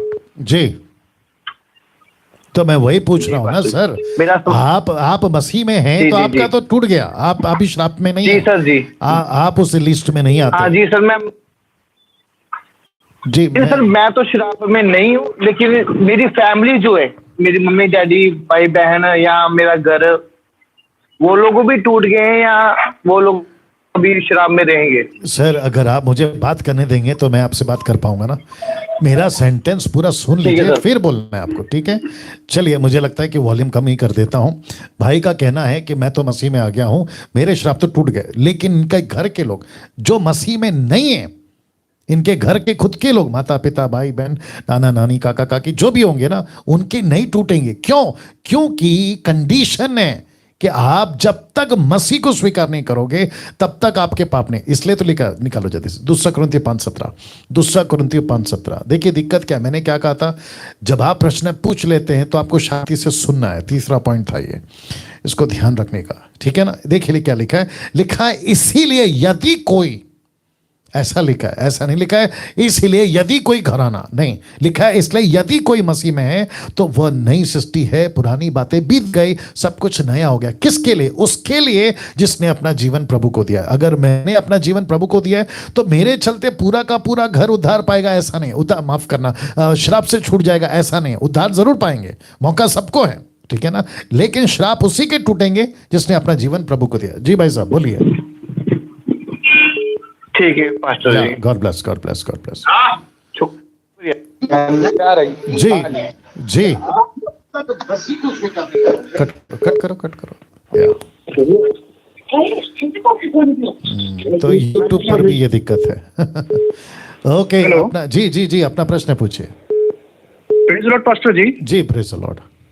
जी पास्टर जी, मेरा एक सवाल है जी कि जब अगर कोई मसीह कोई पाप करता है जी, तो क्या परमेश्वर उसका नाम उस जीवन की पुस्तक से काट देता है? ओके, आपका यही प्रश्न है कि कुछ और भी है? नहीं पास्टर जी, यही प्रश्न है मेरा। चलिए, आपका नाम क्या बताया आपने? मेरा नाम पास्टर जी सुमित। सुमित, सुमित, सुमित। और आप सुमित कहाँ से हैं सर? जी पास्टर। आप कहाँ से हैं? जी मैं कोलकाता। कोलकाता, ओके सुमित, लाइन पे बने रहे। सुमित जो कोलकाता से हैं, निकालिए एक वचन को। इनका प्रश्न है, पहला यूहन्ना 3:6। इनका प्रश्न यह है, एक विश्वासी जब पाप करता है तो क्या उसका नाम जीवन की पुस्तक से कट जाता है? तो मैं आपको कॉन्सेप्ट समझा देता हूं। सबसे पहला वचन पढ़ लेते हैं। लिखा है, जो कोई उसमें बना रहता है वह पाप नहीं करता। जो कोई पाप करता है उसने ना तो उसे देखा है ना उसको जाना है। तो यहाँ पे आपको समझना बहुत जरूरी है कि जो कोई उसमें बना रहता है वो पाप नहीं करता। इसका मतलब क्या है? अगर उसने, एक एग्जाम्पल मैंने बीच में दिया था, बहुत ध्यान से सुनिएगा, ठीक है ना? बकरी जिसको कहते हैं ना शीप, मेमना, वो कीचड़ में गिर जाए और ठीक उसी के बगल में एक सुअर, पिग, वो कीचड़ में गिर जाए, तो दोनों में से जल्दी बाहर कौन निकलेगा? या हमिंग हो रहा है ना बहुत। उसमें से बाहर कौन निकलेगा? पिग यानी कि सुअर, या फिर वो मेमना, शीप? ऑब्वियस शीप, मेमना। लेकिन सुअर क्या करेगा? उसको अच्छा लगेगा कीचड़ में रहना। क्यों? क्योंकि वो ऐसा ही है, वो ऐसा ही है। अब इसी को मैं अलग तरीके से भी समझा देता हूं। सुमित, अगर आप लाइन पे बने हुए हैं, ठीक है ना? जब हम संसारिक थे तो हमें कीचड़ में रहना पसंद आता था। अगर कोई कहता था आज पार्टी है तो हम पहला पूछते थे, सिगरेट, दारू, उल्टी सीधी बातें है, मजा आएगा। अभी वही व्यक्ति मसीह बन गया तो कहते हैं पार्टी में चलो, अरे नहीं यार मैं नहीं आ सकता। ये कैसे हो गया बदलाव? वैसे ही एक व्यक्ति जब विश्वासी बन जाता है उसको अपना जीवन मसीह में जीना है। देखो पौलुस क्या कहता है, अगर तुम मसीह में हो, निकालो इफिसियों की किताब उसका 4 अध्याय वचन 10-11। इफिसियों की किताब, मेरे साथ बने रहे सुमित। जी जी पास्टर। या मैं इतना टाइम इसलिए लेता हूं ताकि एक एक प्रश्नों का उत्तर आपको संतुष्टि से दे सकूं और फिर उसकी वीडियो एडिट करके आप लोगों तक पहुंचा सकूं, ताकि इनके जैसे कोई प्रश्न होगा तो उनको भी उत्तर मिल जाए। इफिसियों 4:10 से पढ़ लेते हैं। सॉरी, 5:10 निकाला, कहाँ हो गया देखो। इफिसियों 4:10 बोल दिया। 5:10 आई होप सो, देखते हैं, बहुत पढ़ता हूं जी। इफिसियों 5:10, या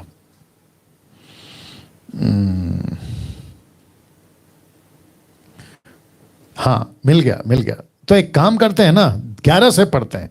इफिसियों 5:11 लिखा है, अंधकार के निष्फल कामों से सहभागी ना हो वरना उन पर उल्हाना दे। एक टाइम था जब संसार की बातें होती तो खूब एंजॉय करते थे, लेकिन अभी पौलुस कहता है तू मसीह बन गया तो उसके ऊपर उल्हाना दे। इसका मतलब क्या है? उन बातों को गलत ठहरा।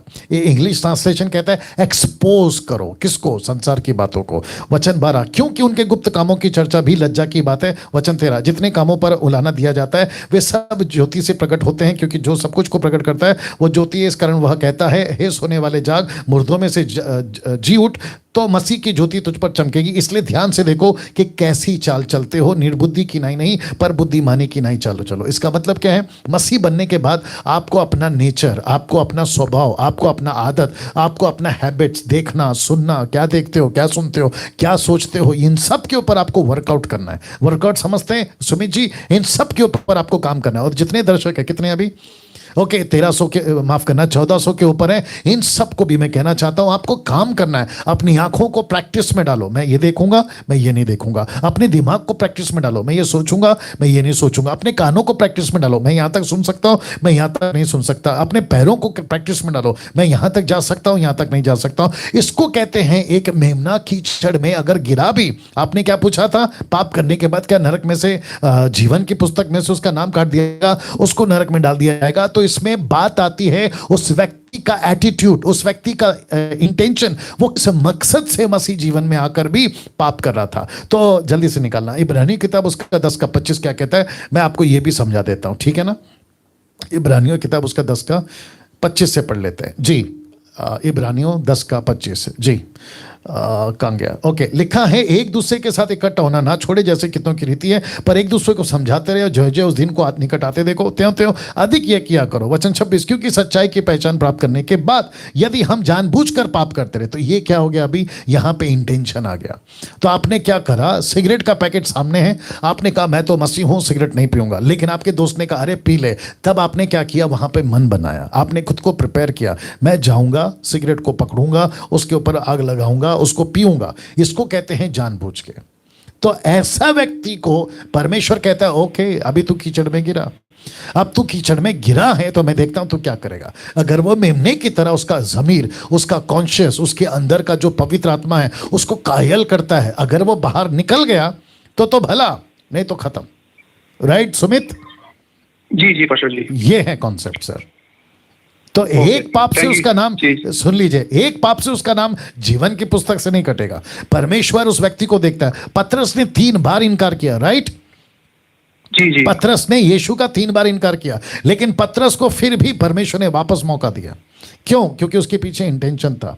वो क्या सिचुएशन था, वो कैसे कर रहा है, जानबूझ के कर रहा है, क्या कर रहा है, इन सबको प्रभु देखता है। तो जानबूझ के नहीं करना है। और मैं तो ये भी कहूंगा कि जब आपको पता है बिजली का तार सामने पड़ा है तो वहां पे जाते क्यों? आपको पता है कि सामने आग है तो कूदते क्यों? राइट? जी pastor ji, thank you sir, God bless you Sumit. Okay, thank you pastor. या एक और कॉल लेंगे, एक और क्या लेते रहेंगे जी। अपना प्रश्न पूछिए। हेलो जी, आपको थोड़ा जोर से बात करना है सर, आपका फोन नजदीक रखिए। ओके। अभी आवाज आ रही है? जी अभी आ रही है सर। मेरा प्रश्न है मत्ती अध्याय 5:21 से लेके जी 21 में प्रभु खुद हमें आज्ञा देता है क्रोध ना करना, हत्या ना करना। उसे पढ़ते पढ़ते जब हम नीचे आते हैं कि 21 में आते हैं तो प्रभु कहता है कि तब तुम अपने मुद्दे ही के साथ मार्ग में ही रहो, तो ऐसा ना हो कि तो आपके मुद्दे ही तुमको सिपाही के सौंप दे और सिपाही तुमको हाकिम को सौंप दे। तो मैं ये कहना चाहता हूँ, प्रभु एग्जैक्टली हमें कहना क्या चाहता है उधर? 21 से 25 तक मुझे समझ में नहीं आ रहा। इसलिए यदि तू अपने बेट वेदी पर लाए और वहां तू स्मरण करे कि तेरे भाई के मन में तेरे लिए कुछ विरोध है जी, तो अपनी बेट वहीं के सामने छोड़ दे और जाकर पहले अपने भाई से मिलाप कर जी और तब आकर अपनी वेदी चढ़ा। यहाँ तक समझ में आ रहा है। जब उसके बाद प्रभु कह रहे जब तक तू अपने मुद्दई के साथ मार्ग ही में है उससे झटपट मेल मिलाप कर ले। जी कहीं ऐसा ना हो कि तू मुद्दई तुझे हाकिम को सौंपे जी और हाकिम तुझे सिपाहियों को सौंप दे जी। और तू बंदी घर में डाल दे जी जाए। जी मैं सच सच कहता हूँ कि जब तक तू कोड़ी भर ना दे तब तक तू वहां से छूटेगा नहीं। मतलब जी। प्रभु हमें क्या एग्जैक्टली उसका कहना चाहते हैं, आप थोड़ा एक्सप्लेन करिए। जी जी जी जी, बिल्कुल बिल्कुल। मैं आपको बता दूं, आपका नाम क्या है? हाँ, मेरा नाम नागराज है। अरे मैं बाप रे। रहने वाला गोवा का रहने वाला जी हूँ। जी जी करीब जी। 3.5 साल से मैं मसीह में हूँ। अरे वाह अभी वाह फिलहाल वाह। मैं कुवैत में काम कर रहा हूँ। ओके ओके, कोई दिक्कत नहीं है सर। तो ब्रदर का नाम नागराज है, ये वाला नाग नहीं, नाम नागराज है, ठीक है ना। और भाई साहब जो हैं वो कुवैत से हैं लेकिन गोवा के रहवासी हैं। इनका ये कहना है कि मुद्दई या रास्ते में जो है तुझे अपना पूरा जो है मैटर को ख़त्म करना है, फिर उसके बाद में ऐसा ना हो कि तुझे जो है कचहरी में डाला जाए और फिर तू जो है उसकी पूरी कीमत जब तक नहीं चुकाएगा नहीं छूट सकता है। देखिए कॉन्सेप्ट बिल्कुल क्लियर है। ऊपर से जब आप पढ़ते आते हैं तो वहाँ पर कहता है कि वेदी में आने के बाद में तेरे भाई के मन में तेरे प्रति, नॉट तेरे मन में तेरे भाई के प्रति, तेरे भाई के मन में तेरे प्रति। ये तो ऐसा हो गया ना कि गलती वो कर रहा है, माफ़ी में मांगो। एनीवे, ये यीशु मसीह की शिक्षाएं और हमें लेके चलना है। तो ये कॉन्सेप्ट करते करते एक एग्जाम्पल के तौर पे वो ये कहते चले गए, यीशु मसीह ने कहा कि जब कोई तुमको पकड़ता है, पुलिस पकड़ती है, कोई भी पकड़ता है और तुमको जुर्माना भरना है तो जुर्माना वहीं पे भर दो, नहीं तो फिर क्या होगा, आपके ऊपर केस चलेगा, आपको कोर्ट कचहरी का चक्कर लगेगा, फिर वहां से अलग आपके ऊपर जुर्माना ठोका जाएगा। वो इतना लंबा प्रोसेस क्यों? इसलिए वहीं पे खत्म करो, जिसको कहते हैं ना मुंबई की भाषा में, वहीं पे सलटा दो या वहीं पे उसको ठीक कर दो। आगे तो क्यों जा रहे हो? तो उसी कॉन्सेप्ट में यीशु मसीह कह रहे तुम भी अपने आपस में लोगों में अच्छे से रहो, एक दूसरे के साथ मिल के रहो, और फिर ये कहीं इतना बड़ा ना बन जाए कि तुमको जो है इसकी बहुत बड़ी कीमत चुकानी पड़े परमेश्वर के पास में। तो इसको खत्म करो यहीं पर। तो जिसका मतलब ये है कि तू वेदी पर आता है, प्रभु के लिए आराधना करता है। कॉन्सेप्ट क्या है? यहूदियों के लिए। किसको लिख रहे हैं? वहां के शास्त्री फरीसी। कॉन्सेप्ट वहां का है। लेकिन अगर अभी की बात करें, आपको वैसे ही प्रभु में चलना है। आपका कोई दिल दुखाता है, आपको कोई भला बुरा बोलता है, मेरे साथ तो बहुत होता है यूट्यूब के ऊपर, इन सबको इग्नोर करो। प्रभु जाने दो, प्रभु आपके हाथों में सौंपता हूं। ऐसे करके आप जब चलते हो और आप अपनी तरफ से बिल्कुल क्लियर रहते हो तो आप टोटली फ्री हो और परमेश्वर के साथ में आप आगे बढ़ सकते हो। Right sir? तो एक एग्जाम्पल के तौर पे यीशु मसीह नागराज जी ये बात को कह रहे थे। बिल्कुल बिल्कुल, ये ऐसा है। पास्टर जी, और एक प्रश्न पूछ सकता हूँ? थोड़ा बाइबल से बाहर है लेकिन बाइबल का ही है। बोलिए। ओके, मैं अपने दोस्तों के साथ इधर एक रूम में रहता हूँ, एक फ्लैट में रहता हूँ जी। तो बाकी सब कोई भी विश्वासी नहीं है। हाँ। वो लोग दारू पीते हैं, जो भी, मतलब आप समझ सकते हैं कि एक अविश्वासी के समान है, वो लोग करते हैं। हाँ तो कभी उनको जरूरत पड़ती है तो वो लोग मुझसे पैसे मांगते हैं थोड़ा। हाँ कभी घर का प्रॉब्लम है, कुछ भी ऐसा हो सकता है। हाँ। लेकिन मैं उनको पैसा दे रहा हूँ और अगर मुझे पता नहीं उसके बाद वो पैसे से कुछ गलत करे या दारू पिए ऐसा कुछ, तो उसमें मुझे कुछ उसका ये नहीं है ना, दोष नहीं है ना? गुड, बहुत अच्छा प्रश्न है आपका। नाउ नागराज जी, आपका वॉल्यूम कम कर रहा हूं ताकि दूसरों को भी मैं बता सकूं। देखिए जितने दर्शक अभी देख रहे हैं, आपको मैं बताता चलूं कि अगर नागराज की तरह जो प्रश्न आपका भी है, आपने किसी अविश्वासी को मदद किया, उसने कहा कि मुझे पैसे चाहिए और आपको नहीं पता कि उसने पैसे क्यों मांगे और उसके पीछे मनसा क्या है, मकसद क्या है। वो दारू पी रहा है, सिगरेट पी रहा है, ड्रग्स पी रहा है, यहां तक कि आपके पैसे से उसने कोई चाकू खरीदा, बंदूक खरीदा और उसने कत्ल करके आया आपके पैसे से, लेकिन आपको नहीं पता, तो वहां पर कोई दिक्कत नहीं है। आपको प्रभु जानता है कि आपने कौन से मनसा से उसको पैसा दिया। लेकिन जैसे ही आपको पता चला कि इसने, ये व्यक्ति ने ऐसा काम किया, तो दोबारा उसको पैसे नहीं देना। नागराज जी, आपने सुना होगा। बिल्कुल जी। तो अगर आपको पता चल गया तो दोबारा नहीं देना, लेकिन जब तक नहीं पता है कोई दिक्कत नहीं है। ओके या राइट सर। Thank you. या गॉड ब्लेस। या और एक कॉल उठाएंगे। जी, अपना प्रश्न पूछिए। हेलो जी, अपना प्रश्न पूछिए। हाँ जी, मेरा नाम क्रिस्टल है और मैं गुजरात से बात कर रही हूँ। ओके। जी मेरे पिछले 4 साल में एक्चुअली मेरे फादर को ब्रेन हेमरेज हो गया था, जी। तो उसकी वजह से वो बिल्कुल ही बोल नहीं पा रहे थे, जी। लेकिन उन्होंने मन ही मन में पिछले 2-2.5 साल से प्रभु को ग्रहण किया था। हालांकि वो बोल नहीं पा रहे थे, फिर भी 1 अप्रैल 2021 को उनका बैप्टिज्म हुआ और 16 अप्रैल को उनकी डेथ हो चुकी। जी। बैप्टिज्म के टाइम पे भी वो बोल नहीं पा रहे थे। तो इस वजह से मुझे क्या समझना चाहिए? मैं बस इतना ही बिलीव कर पा रही हूँ कि वो प्रभु के पास है। पास्टर जी, आप मुझे थोड़ा गाइड कर सकते हैं? ओके ओके, मैं जहाँ तक आपको समझ पा रहा हूँ, मैं ये समझ पा रहा हूँ कि आपके पिताजी बीमार थे और जब वो हाँ। जी जी मरने से पहले उन्होंने प्रभु के बारे में आपने उनको बताया। हाँ, Right? लेकिन वो बोल नहीं पा रहे थे क्योंकि Okay. उनको ब्रेन हेमरेज हो सुनिए गया ना, था ना। जी जी जी, तो सुनिए सुनिए वो बोल सुनिए नहीं पा रहे थे।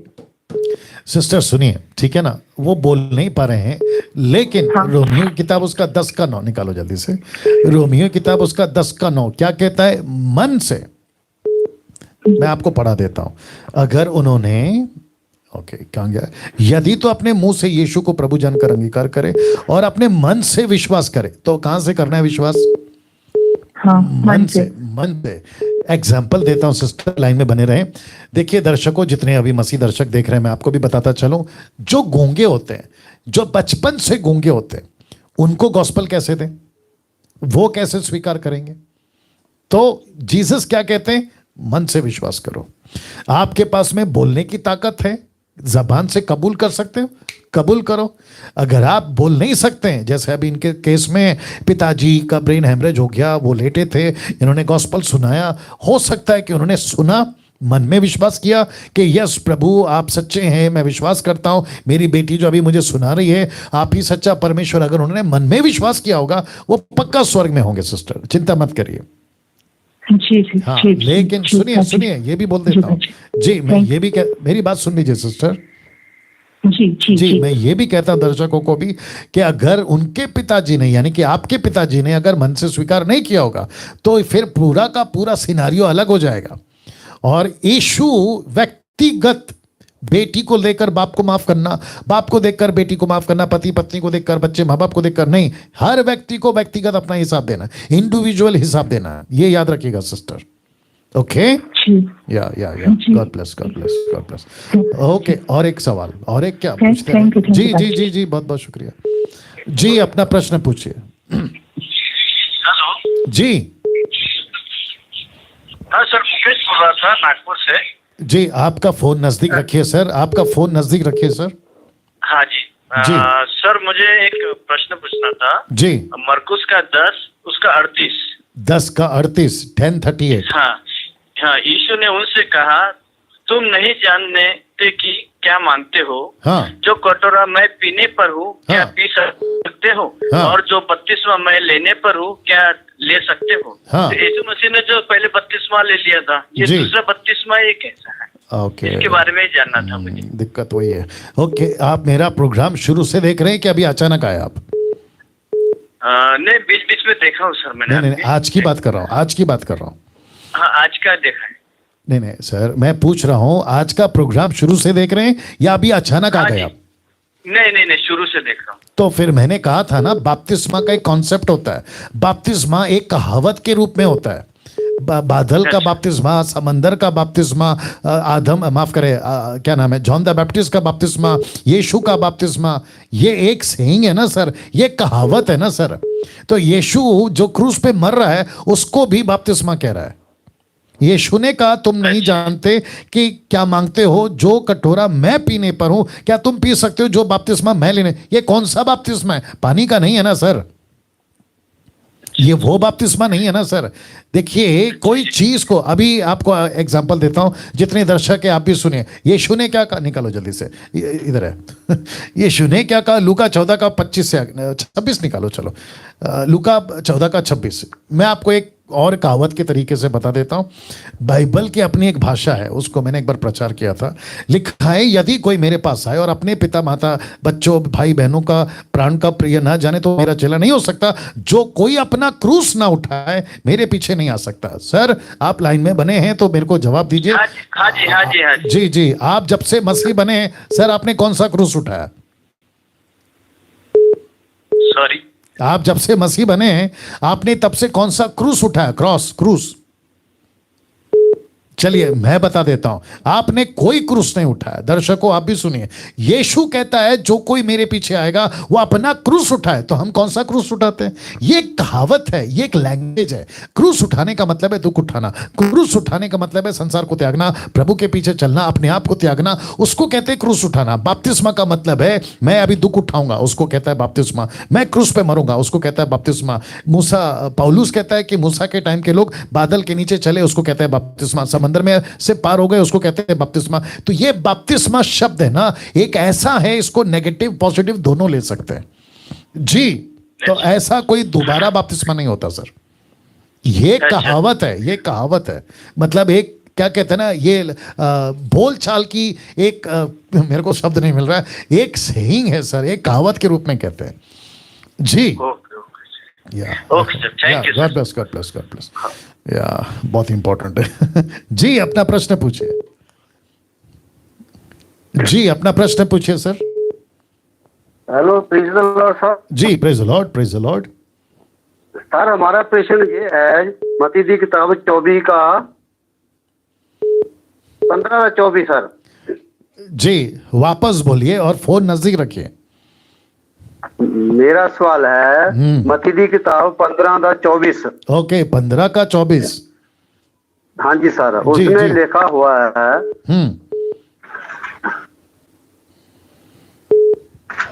उसमें लिखा सर, कहता उसने आगों से आख्या कि मैं इसराइल दे परिवार दियां गवाचियां होइयां भेडां के बिना होर कोल नहीं घल्लिया गया। हाँ सर, इसका क्या मतलब है? जी सबसे पहले आपने पंजाबी में पढ़ा है ना सर? हाँ जी सर, मैं कुवैत से बोलता है। जी ओके। तो जो दर्शक हैं वो पंजाबी नहीं जानते, तो मुझे आपके लिए अभी हिंदी में पढ़ के सुनाना पड़ेगा। तो लिखा है, उसने उत्तर दिया कि इजराइल के घराने की खोई हुई भेड़ों को छोड़ मैं किसी के पास नहीं भेजा गया। ठीक है, अब आप पूछना क्या चाहते हैं सर? इसमें पूछना क्या चाहते हैं आप? हम सर इसके पूछना चाहता है वो ऐसा क्यों बोला परमेश्वर ने? मैं और किसी के पास नहीं गया, मैं सिर्फ इजराइल दी भेडां नूं। क्या वापस बोलिए, वापस आप हिंदी में बात करिए सर, हिंदी में। सर फिर परमेश्वर ने ऐसा क्यों बोला कि मैं इजराइल दे परिवार दियां गवाची हुईयां भेडां को के बिना और किसी के पास नहीं गया? ओके। नाउ भाई साहब कुवैत से हैं, इनकी भाषा पंजाबी से बहुत ज़्यादा टच है, जितना मैं समझ सका मैं आपको जवाब देना चाहूँगा। मत्ती 15 का 24 कहते हैं, उसने उत्तर दिया इजराइली के घराने की कोई भी भेड़ों को छोड़ मैं किसी के पास में नहीं भेजा गया। नाउ इतना सा टुकड़ा अगर कोई उठाकर ये पूछता है ऐसा यीशु ने क्यों कहा, तो मैं समझता हूं कि इसकी कोई प्रश्न पूछने की जरूरत नहीं है, क्योंकि वहां पे जिस व्यक्ति महिला से यीशु मसीह बात कर रहे हैं उस वक्त में सामने कौन है, औरत कौन है, वहां की परिस्थिति क्या है, ये टोटल डिफरेंट है।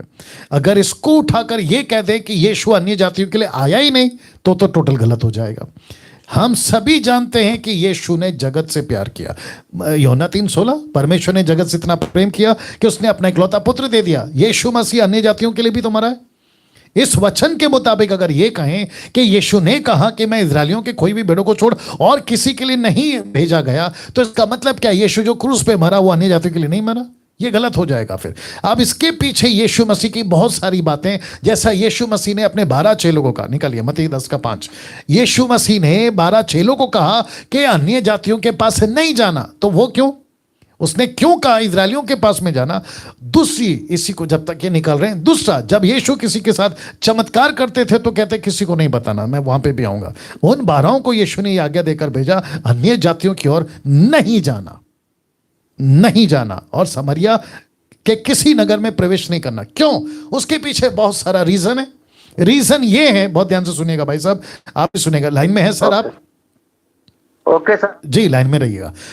बहुत सारा रीजन है। यीशु नहीं चाहता था कि अन्य जातियों के पास में उस वक्त के लिए ये चेले जाएं और जो है उनके बीच में जाएं और जो है उनको वचन सुनाएं। यीशु चाहता था कि मैं बेस बनाऊं, यीशु चाहता था कि इजरायलियों को पता चले, यीशु चाहता था कि शास्त्री फरीसियों को पता चले, इनके बीच में चर्चा क्या चल रही उनको ये पता चले। जब किसी को चंगाई देते थे तो कहते थे किसी को नहीं बताना। मरकुस का किताब उसका 6वां अध्याय निकालो जल्दी से, मरकुस का किताब उसका 6वां अध्याय। मैं आपको और एक कॉन्सेप्ट देता हूं, बस दीजिए मुझे, दीजिए 6वां अध्याय दीजिए ना। मैं आपको बताता हूं कहां गया मरकुस का किताब उसका 6वां अध्याय।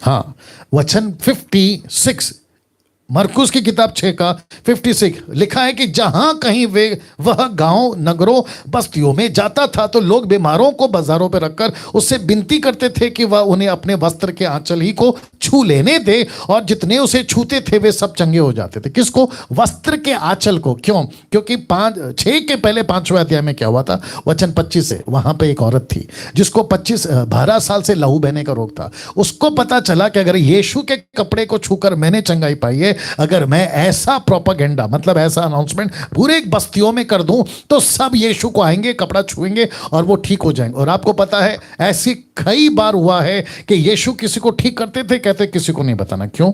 उसके पीछे कारण क्या है? वैसे ही मत्ती का 15 का 24 में यीशु कहता है कि मैं नहीं भेजा गया हूं आपके लिए। किसके लिए? उस औरत के लिए, अन्य जातियों के लिए। मुझे अभी नहीं करना है। इसका मतलब यह नहीं है कि यीशु मसीह अन्य जातियों के लिए नहीं है। पूरी की पूरी बाइबल है कि यीशु मसीह सबका परमेश्वर है, सब के पापों के लिए मरा है, सबके प्रायश्चित के लिए मरा। निकलना जल्दी से 1 यूहन्ना 2 का 4। मैं आपको क्लियर कर देता हूं सर, लाइन में बने रहे। यीशु इजरायलियों के लिए, यीशु सिर्फ इजरायलियों के लिए नहीं आया, यीशु सबके लिए आया जी। 1 यूहन्ना 2 का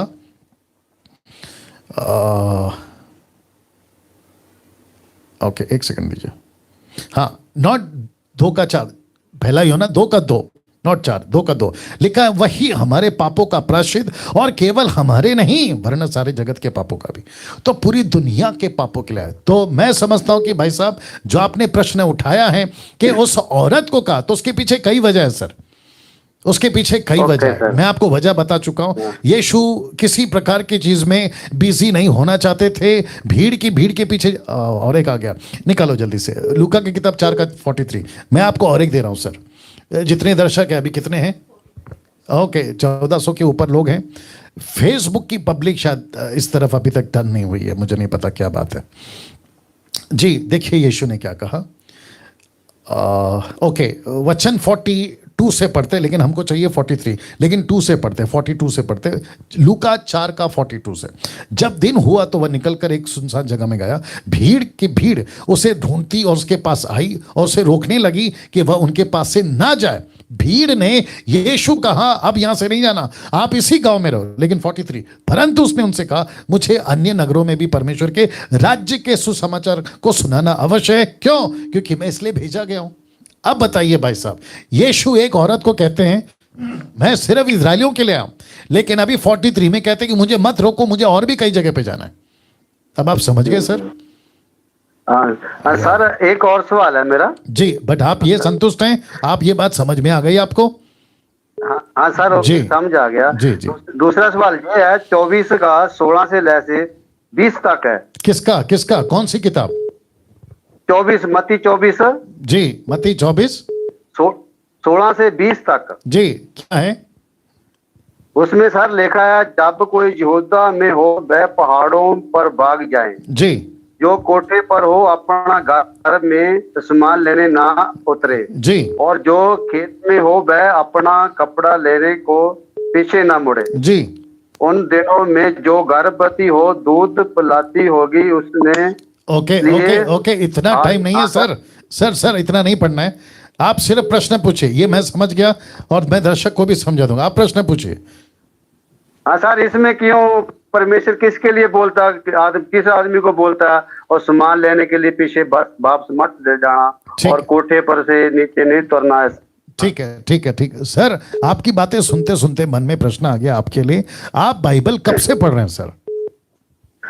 सर हम बाइबल तो तकरीबन 8-9 साल से पढ़ते हैं। ठीक है, और आप कितना पढ़ते हैं सर? मतलब एक दिन सर में ऐसा कितना मैं पढ़ते हैं? ऐसा पक्का नहीं है, दिन में 2 4 5 ऐसा हम काम करते करते कभी वक्त मिलता है तो पढ़ता है। नहीं सर, ऐसा मत करिए ना। आप 10 साल से 9 साल से मसीह हैं, तो आपकी खुराक कम से कम 30-40 चैप्टर होनी चाहिए सर। सर बात तो सही है, लेकिन इधर काम करता भी है, देखना पड़ता सर है। आपको पता है, काम भी मैं भी करता था सर। जब मैं बाइबल टीचर प्रीचर नहीं बना था ना, मैं भी काम करता था। और आपको पता है, 1-1 2-2 3-3 घंटा बाइबल में तब भी पढ़ता था सर। तो ऐसा तो नहीं है ना सर। लेकिन पहले हम दूसरा चर्च में रहो जो अन्य भाषा बोलते हैं, इसमें ज्यादा बिजी था। अभी जब से आपका हम प्रचार सुनता है, हम आपके प्रचार पर बहुत भरोसा किया, मेरे को बहुत आशीष मिला जी। और इसलिए मैं हाँ सर। कोई दिक्कत नहीं, आपने बहुत अच्छा किया कि वो चर्च छोड़ दिया। दूसरा आपने अच्छा किया कि अन्य भाषा छोड़ दिया। तीसरा आपने अच्छा किया कि मुझ जैसे को जो अच्छा प्रचार करते हैं आप उनको सुन रहे हैं। मैं उसके बावजूद कहूंगा कि सर आपको अपनी खुराक, जिसको कहते हैं ना फूड, स्पिरिचुअल फूड, उसको बढ़ाइए सर। आपकी जितनी कैपेसिटी है उतना पढ़िए। मैं इसलिए कह रहा हूं क्योंकि आपने 16 पढ़ा। अगर आपने 15 पढ़ा होता ना, ये प्रश्न आपके मन में नहीं आता। अभी दर्शक जो देख रहे हैं, मैं आपको बता देता हूं कि 15 में क्या लिखा है। लिखा है, इसलिए जब तुम उस उजाड़ने वाली घृणित वस्तु को, जिसकी चर्चा दानियल भविष्यवक्ता के द्वारा हुई थी, पवित्र स्थान यानी यरूशलेम मंदिर इजराइल में खड़ी हुई देखो, जो पढ़े वो समझे। तब कहता है 16 में, जो यहूदिया में हो वो पहाड़ों पर भाग जाए। तो इसका मतलब है अंत के दिनों का कॉन्सेप्ट है ये सर। और अगर आप और मैं, जितने दर्शक सुन रहे हैं उनको भी कहता चलो, अगर आप और मैं पहले रैप्चर, जिसको कहते हैं प्री रैप्चर, क्लेश के पहले उठा लिए जाएं, तो हम इस चीज का सामना करेंगे ही नहीं। हम तो यीशु के साथ स्वर्ग में होंगे सर। Okay sir. सर एक और सवाल है, वो बाइबल से बाहर है, लेकिन मैं वैसे पूछना चाहता अपने जीवन के लिए। जी सर, मैं जो इधर मेरे साथ कंपनी में बहुत आदमी है, वो बस में गाली निकालता है, कोई गाना लगाता है, बहुत कुछ, मेरे को गुस्सा बहुत आता है सर। एक क्यों है, परमेश्वर की बोलो और शैतान की बोलो सर। नहीं, वो विश्वासी हैं क्या जो ऐसा काम करते हैं? नहीं, वो आप विश्वासी लोग है। ओके, लेकिन वो कोई गाली निकालता है, कोई कुछ करता है, सिगरेट पीता है, तम्बाकू खाता है, मैं उसको बोलता हूँ मेरे से लफड़ा करता है, मैं उसको बोलता मत कहो यार, मेरे सामने मत कहो। अच्छा। नहीं सर, ऐसा मत करो। मैं आपको बताता हूँ, मेरे को सर इतना गुस्सा आता कि मैं इसको कुछ मारूं या कुछ और करूं। ये परमेश्वर दी बोलो या शैतान दी बोलो सर, ऐसा मेरा थोड़ा दिमाग में है। नहीं सर, विश्वासियों के साथ में आप ऐसा मत करिए। पहला कुरिन्थियों 5वां अध्याय वचन 7, 8, 9, 10 में पौलुस कहता है कि हमें संसार के लोगों के साथ रहना है। क्यों? क्योंकि उनको वचन सुनाना है। अगर हम उनको गुस्सा करेंगे, क्योंकि वो अविश्वासी है ना सर, अभी सत्य को नहीं जानते, जिस दिन जानेंगे तो वो खुद ही छोड़ देंगे। लेकिन आपको उनके साथ में अच्छे से रहना सर, प्यार से रहना है। राइट? Okay sir. या गॉड ब्लेस यू। अगर परमेश्वर दी बोलो है ना जी, ये गुस्सा परमेश्वर दी बोलो कि शैतान दी बोलो, मेरा ये सवाल है। क्या मैं नहीं समझा। गुस्सा क्या? जो मेरे को उस लोगों पर गुस्सा आता है, आपको जो गुस्सा आता है, ओके, मैं अभी समझ गया। आपको जो गुस्सा आता है सर, वो शैतान की ओर से नहीं है ना सर। आपको है ना प्रभु के प्रति प्यार है। आप ये चाहते हैं कि एक दिन में सब कुछ मसीह बन जाए। ये आपका तड़प है, ये आपका ज़ील है, ये आपका पैशन है। ऐसा सर, आप सही बोल रहे हैं। तो वो गलत नहीं है सर। हाँ, तो इसको कहते हैं रोमियो 10:2, जहां पे पौलुस कहता है, the book of Roman chapter 10:2, वो कहता है they have a zeal for God but not according to the knowledge और अंडरस्टैंडिंग। उनको धुन है लेकिन बुद्धिमानी के साथ में नहीं है। मैं भी चाहता हूं कि पूरा मेरा महाराष्ट्र सुधर जाए, लेकिन नहीं होगा ना सर। तो ऐसे टाइम पे जब तक नहीं होता है, हमको थोड़ा सा शांति रखना है। ओके सर, ठीक है। लेकिन इसको जी, लेकिन आपकी तड़प को जारी रखो। आपकी जो तड़प है ना, उसको जारी रखो। हाँ, thank you sir. God bless you sir. आपका मैं प्रचार सुन के बहुत आशीष होया, बहुत मैं सीख गया। पहले मैं बहुत गलत रास्ते पर जा रहा था, अन्य भाषा बोलते रहे, बहुत चर्चा ਅਸੀਂ अन्य भाषा बोलते रहे। पर ਹੁਣ ਜਦੋਂ ਦਾ ਤੁਹਾਡਾ ਮੈਂ लॉकडाउन ਚ जिन्ना भी ਤੁਹਾਡਾ मैं बचन सुनिया, मैं सब लोगों ਨੂੰ ਦੱਸਦਾ, पर वो लोग नहीं मानते। वो कहते प्रभु बोलो अन्य भाषा। मैं ठीक है, ਤੁਸੀਂ बोलो प्रभु बोलो, तुम ना छोड़ दियो। गुड, अच्छा किया, बहुत सही ट्रैक किया। चलिए, thank you sir, thank you, God bless. Okay sir, God bless you. Bye. ना अभी और कॉल नहीं ले सकते क्योंकि टाइम हो गया है। 8 से 9:30 तक का मैंने 1.5 घंटा आपके लिए दिया, जितना कॉल उठा सकता हूँ लूँगा। और ये वापस कह रहा हूँ, कुछ लोगों ने मुझे मैसेज किया कि हम इतना कॉल करते हैं हमारा नंबर नहीं लगता। मैं आपको यही कहूँगा, मुझे पर्सनल मैसेज मत भेजिए, मेरे को बहुत मैसेज आ रहे हैं आजकल, मैं नहीं पढ़ पा रहा हूँ। मुझे लगता है कि कम से कम 1300 मैसेजेस मैंने अभी तक ओपन नहीं किए मेरे व्हाट्सएप के लिस्ट में, 1300 मैसेजेस। तो मत भेजिए, रिक्वेस्ट है। आप लोग कीप ट्राइंग, कॉल ट्राई करते रहें, आपका देर सवेर नंबर लग जाएगा। और बाकी तो मैं जवाब दे रहा हूं, तो जो जवाब दे रहा हूं वो प्रोग्राम अटेंड करो, आपके भी हो सकता है मिल जाएंगे आपको उत्तर। ये ऐसा है। तो जितने यूट्यूब पर अभी देख रहे हैं, आप सभी को कहना चाहता हूं कि कल मैं वापस आ रहा हूं। फेसबुक पे ये नहीं चलेगा, ये सिर्फ और सिर्फ यूट्यूब पर चलेगा। और आपको बताता चलूं कि कम से कम 10 से 20 हजार लाइव क्या कहते हैं ना व्यूअर्स मुझे प्रतिदिन चाहिए। ये कैसे होगा? आप जब इसकी प्रोपेगेंडा करोगे, प्रचार करोगे कि डैनियल राज जो है 8 से 9:30 बजे तक एक ऐसा प्रोग्राम है, पूछो जो भी पूछना है, लेकिन बाइबल से ये प्रोग्राम लेकर आया है, आप लोग कनेक्ट हो जाए। तो ऐसे जरा सा आपको जो है लोगों को पहुंचाना है, लोगों को मैसेज देना है, ये प्लीज करिएगा। चलिए, अपना ख्याल रखिएगा, प्रभु आपको आशीष दे। कल ठीक 8 बजे फिर मुलाकात होगी।